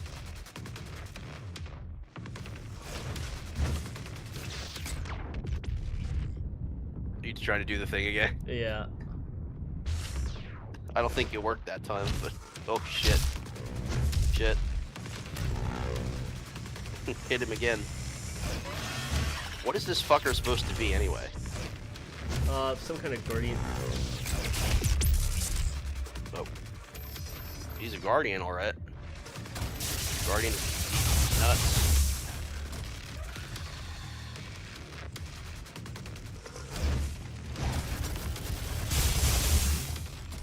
Did I ever send you that review somebody made for Borderlands 3 on Steam? Remind me. So it's a guy posting in the review section for Steam on Borderlands 3. He has like 1,000 hours in the game, and he's giving the game a thumbs up. And he says, Step 1, purchase game. Step 2, install game. Step 3, open the game's files and delete the following files. And he lists like 20 different files. Then at the very end, he says, this deletes all the dialogue in the game, rendering it playable.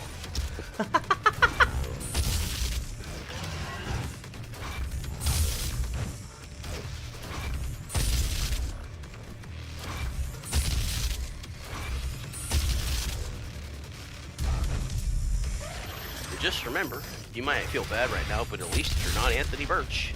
Yeah.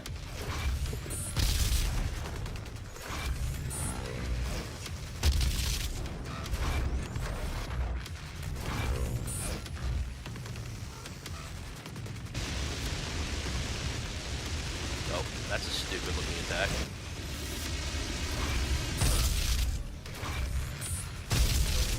Ooh. Bash him up.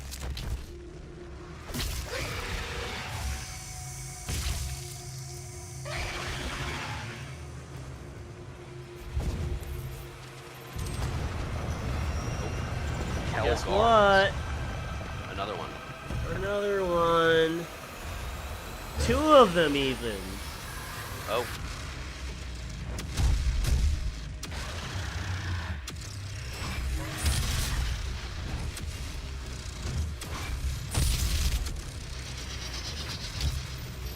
Oh. Oh. Oh. Fuck. Oh. Fuck. Yeah, I just got wombo combo there. Wombo combo. Damn, Super Smash Bros. Will never be that good again. The peak of the series, the Wombo combo.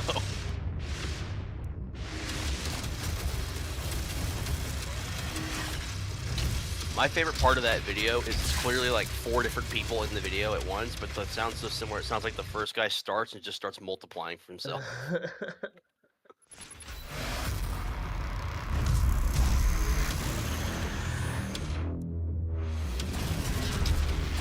Oh shit. He's Lord, he coming. Oh, he coming. Oh, they coming. Oh, they came. Well, okay, sure. All right.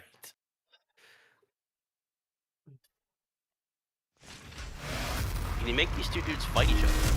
No, you can't. Oh, yay.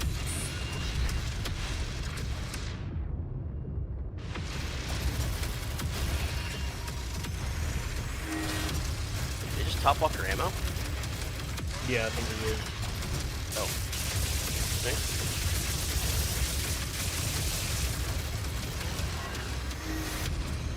You have exactly 1 minigun bullet left. That's helpful.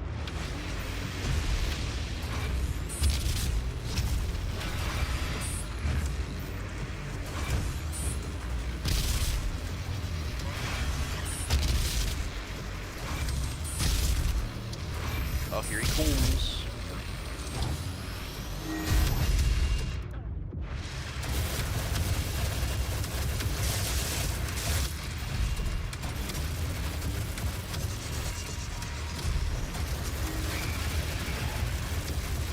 I think I could handle everything Doom Guy handles. I think I can deal with this effectively. Doesn't seem that hard. You think so? Yep. I think I'm just that badass and cool.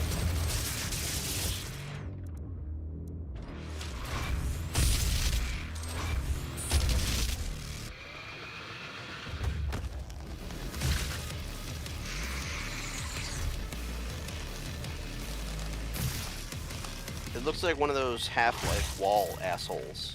It does. One of the ceiling vaginas. Yep.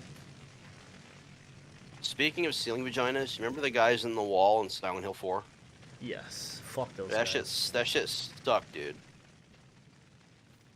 That game sucked. Genuinely one of the fucking worst parts of that game. That game did suck. Anybody who says it's their favorite is contrarian. Yep.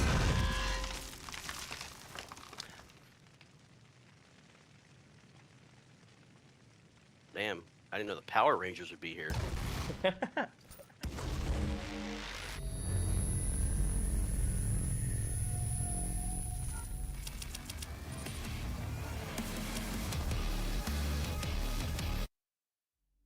Courage the Cowardly Dog would entirely no diff all of Doom, just saying. I kind of want to see a fucking 4chan thread on that.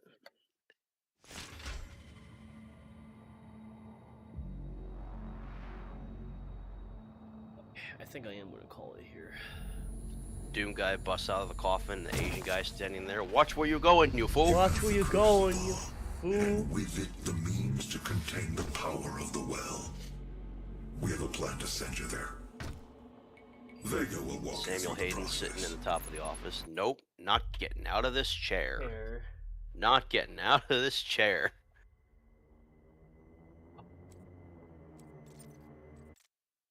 You calling it, my man? I'm fucking dying. Alright, yeah, you can go get some rest, dude. You sound horrible. Alright, thanks everybody for coming out.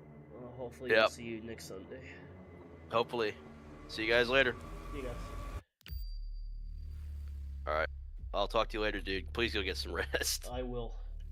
Alright, see you later.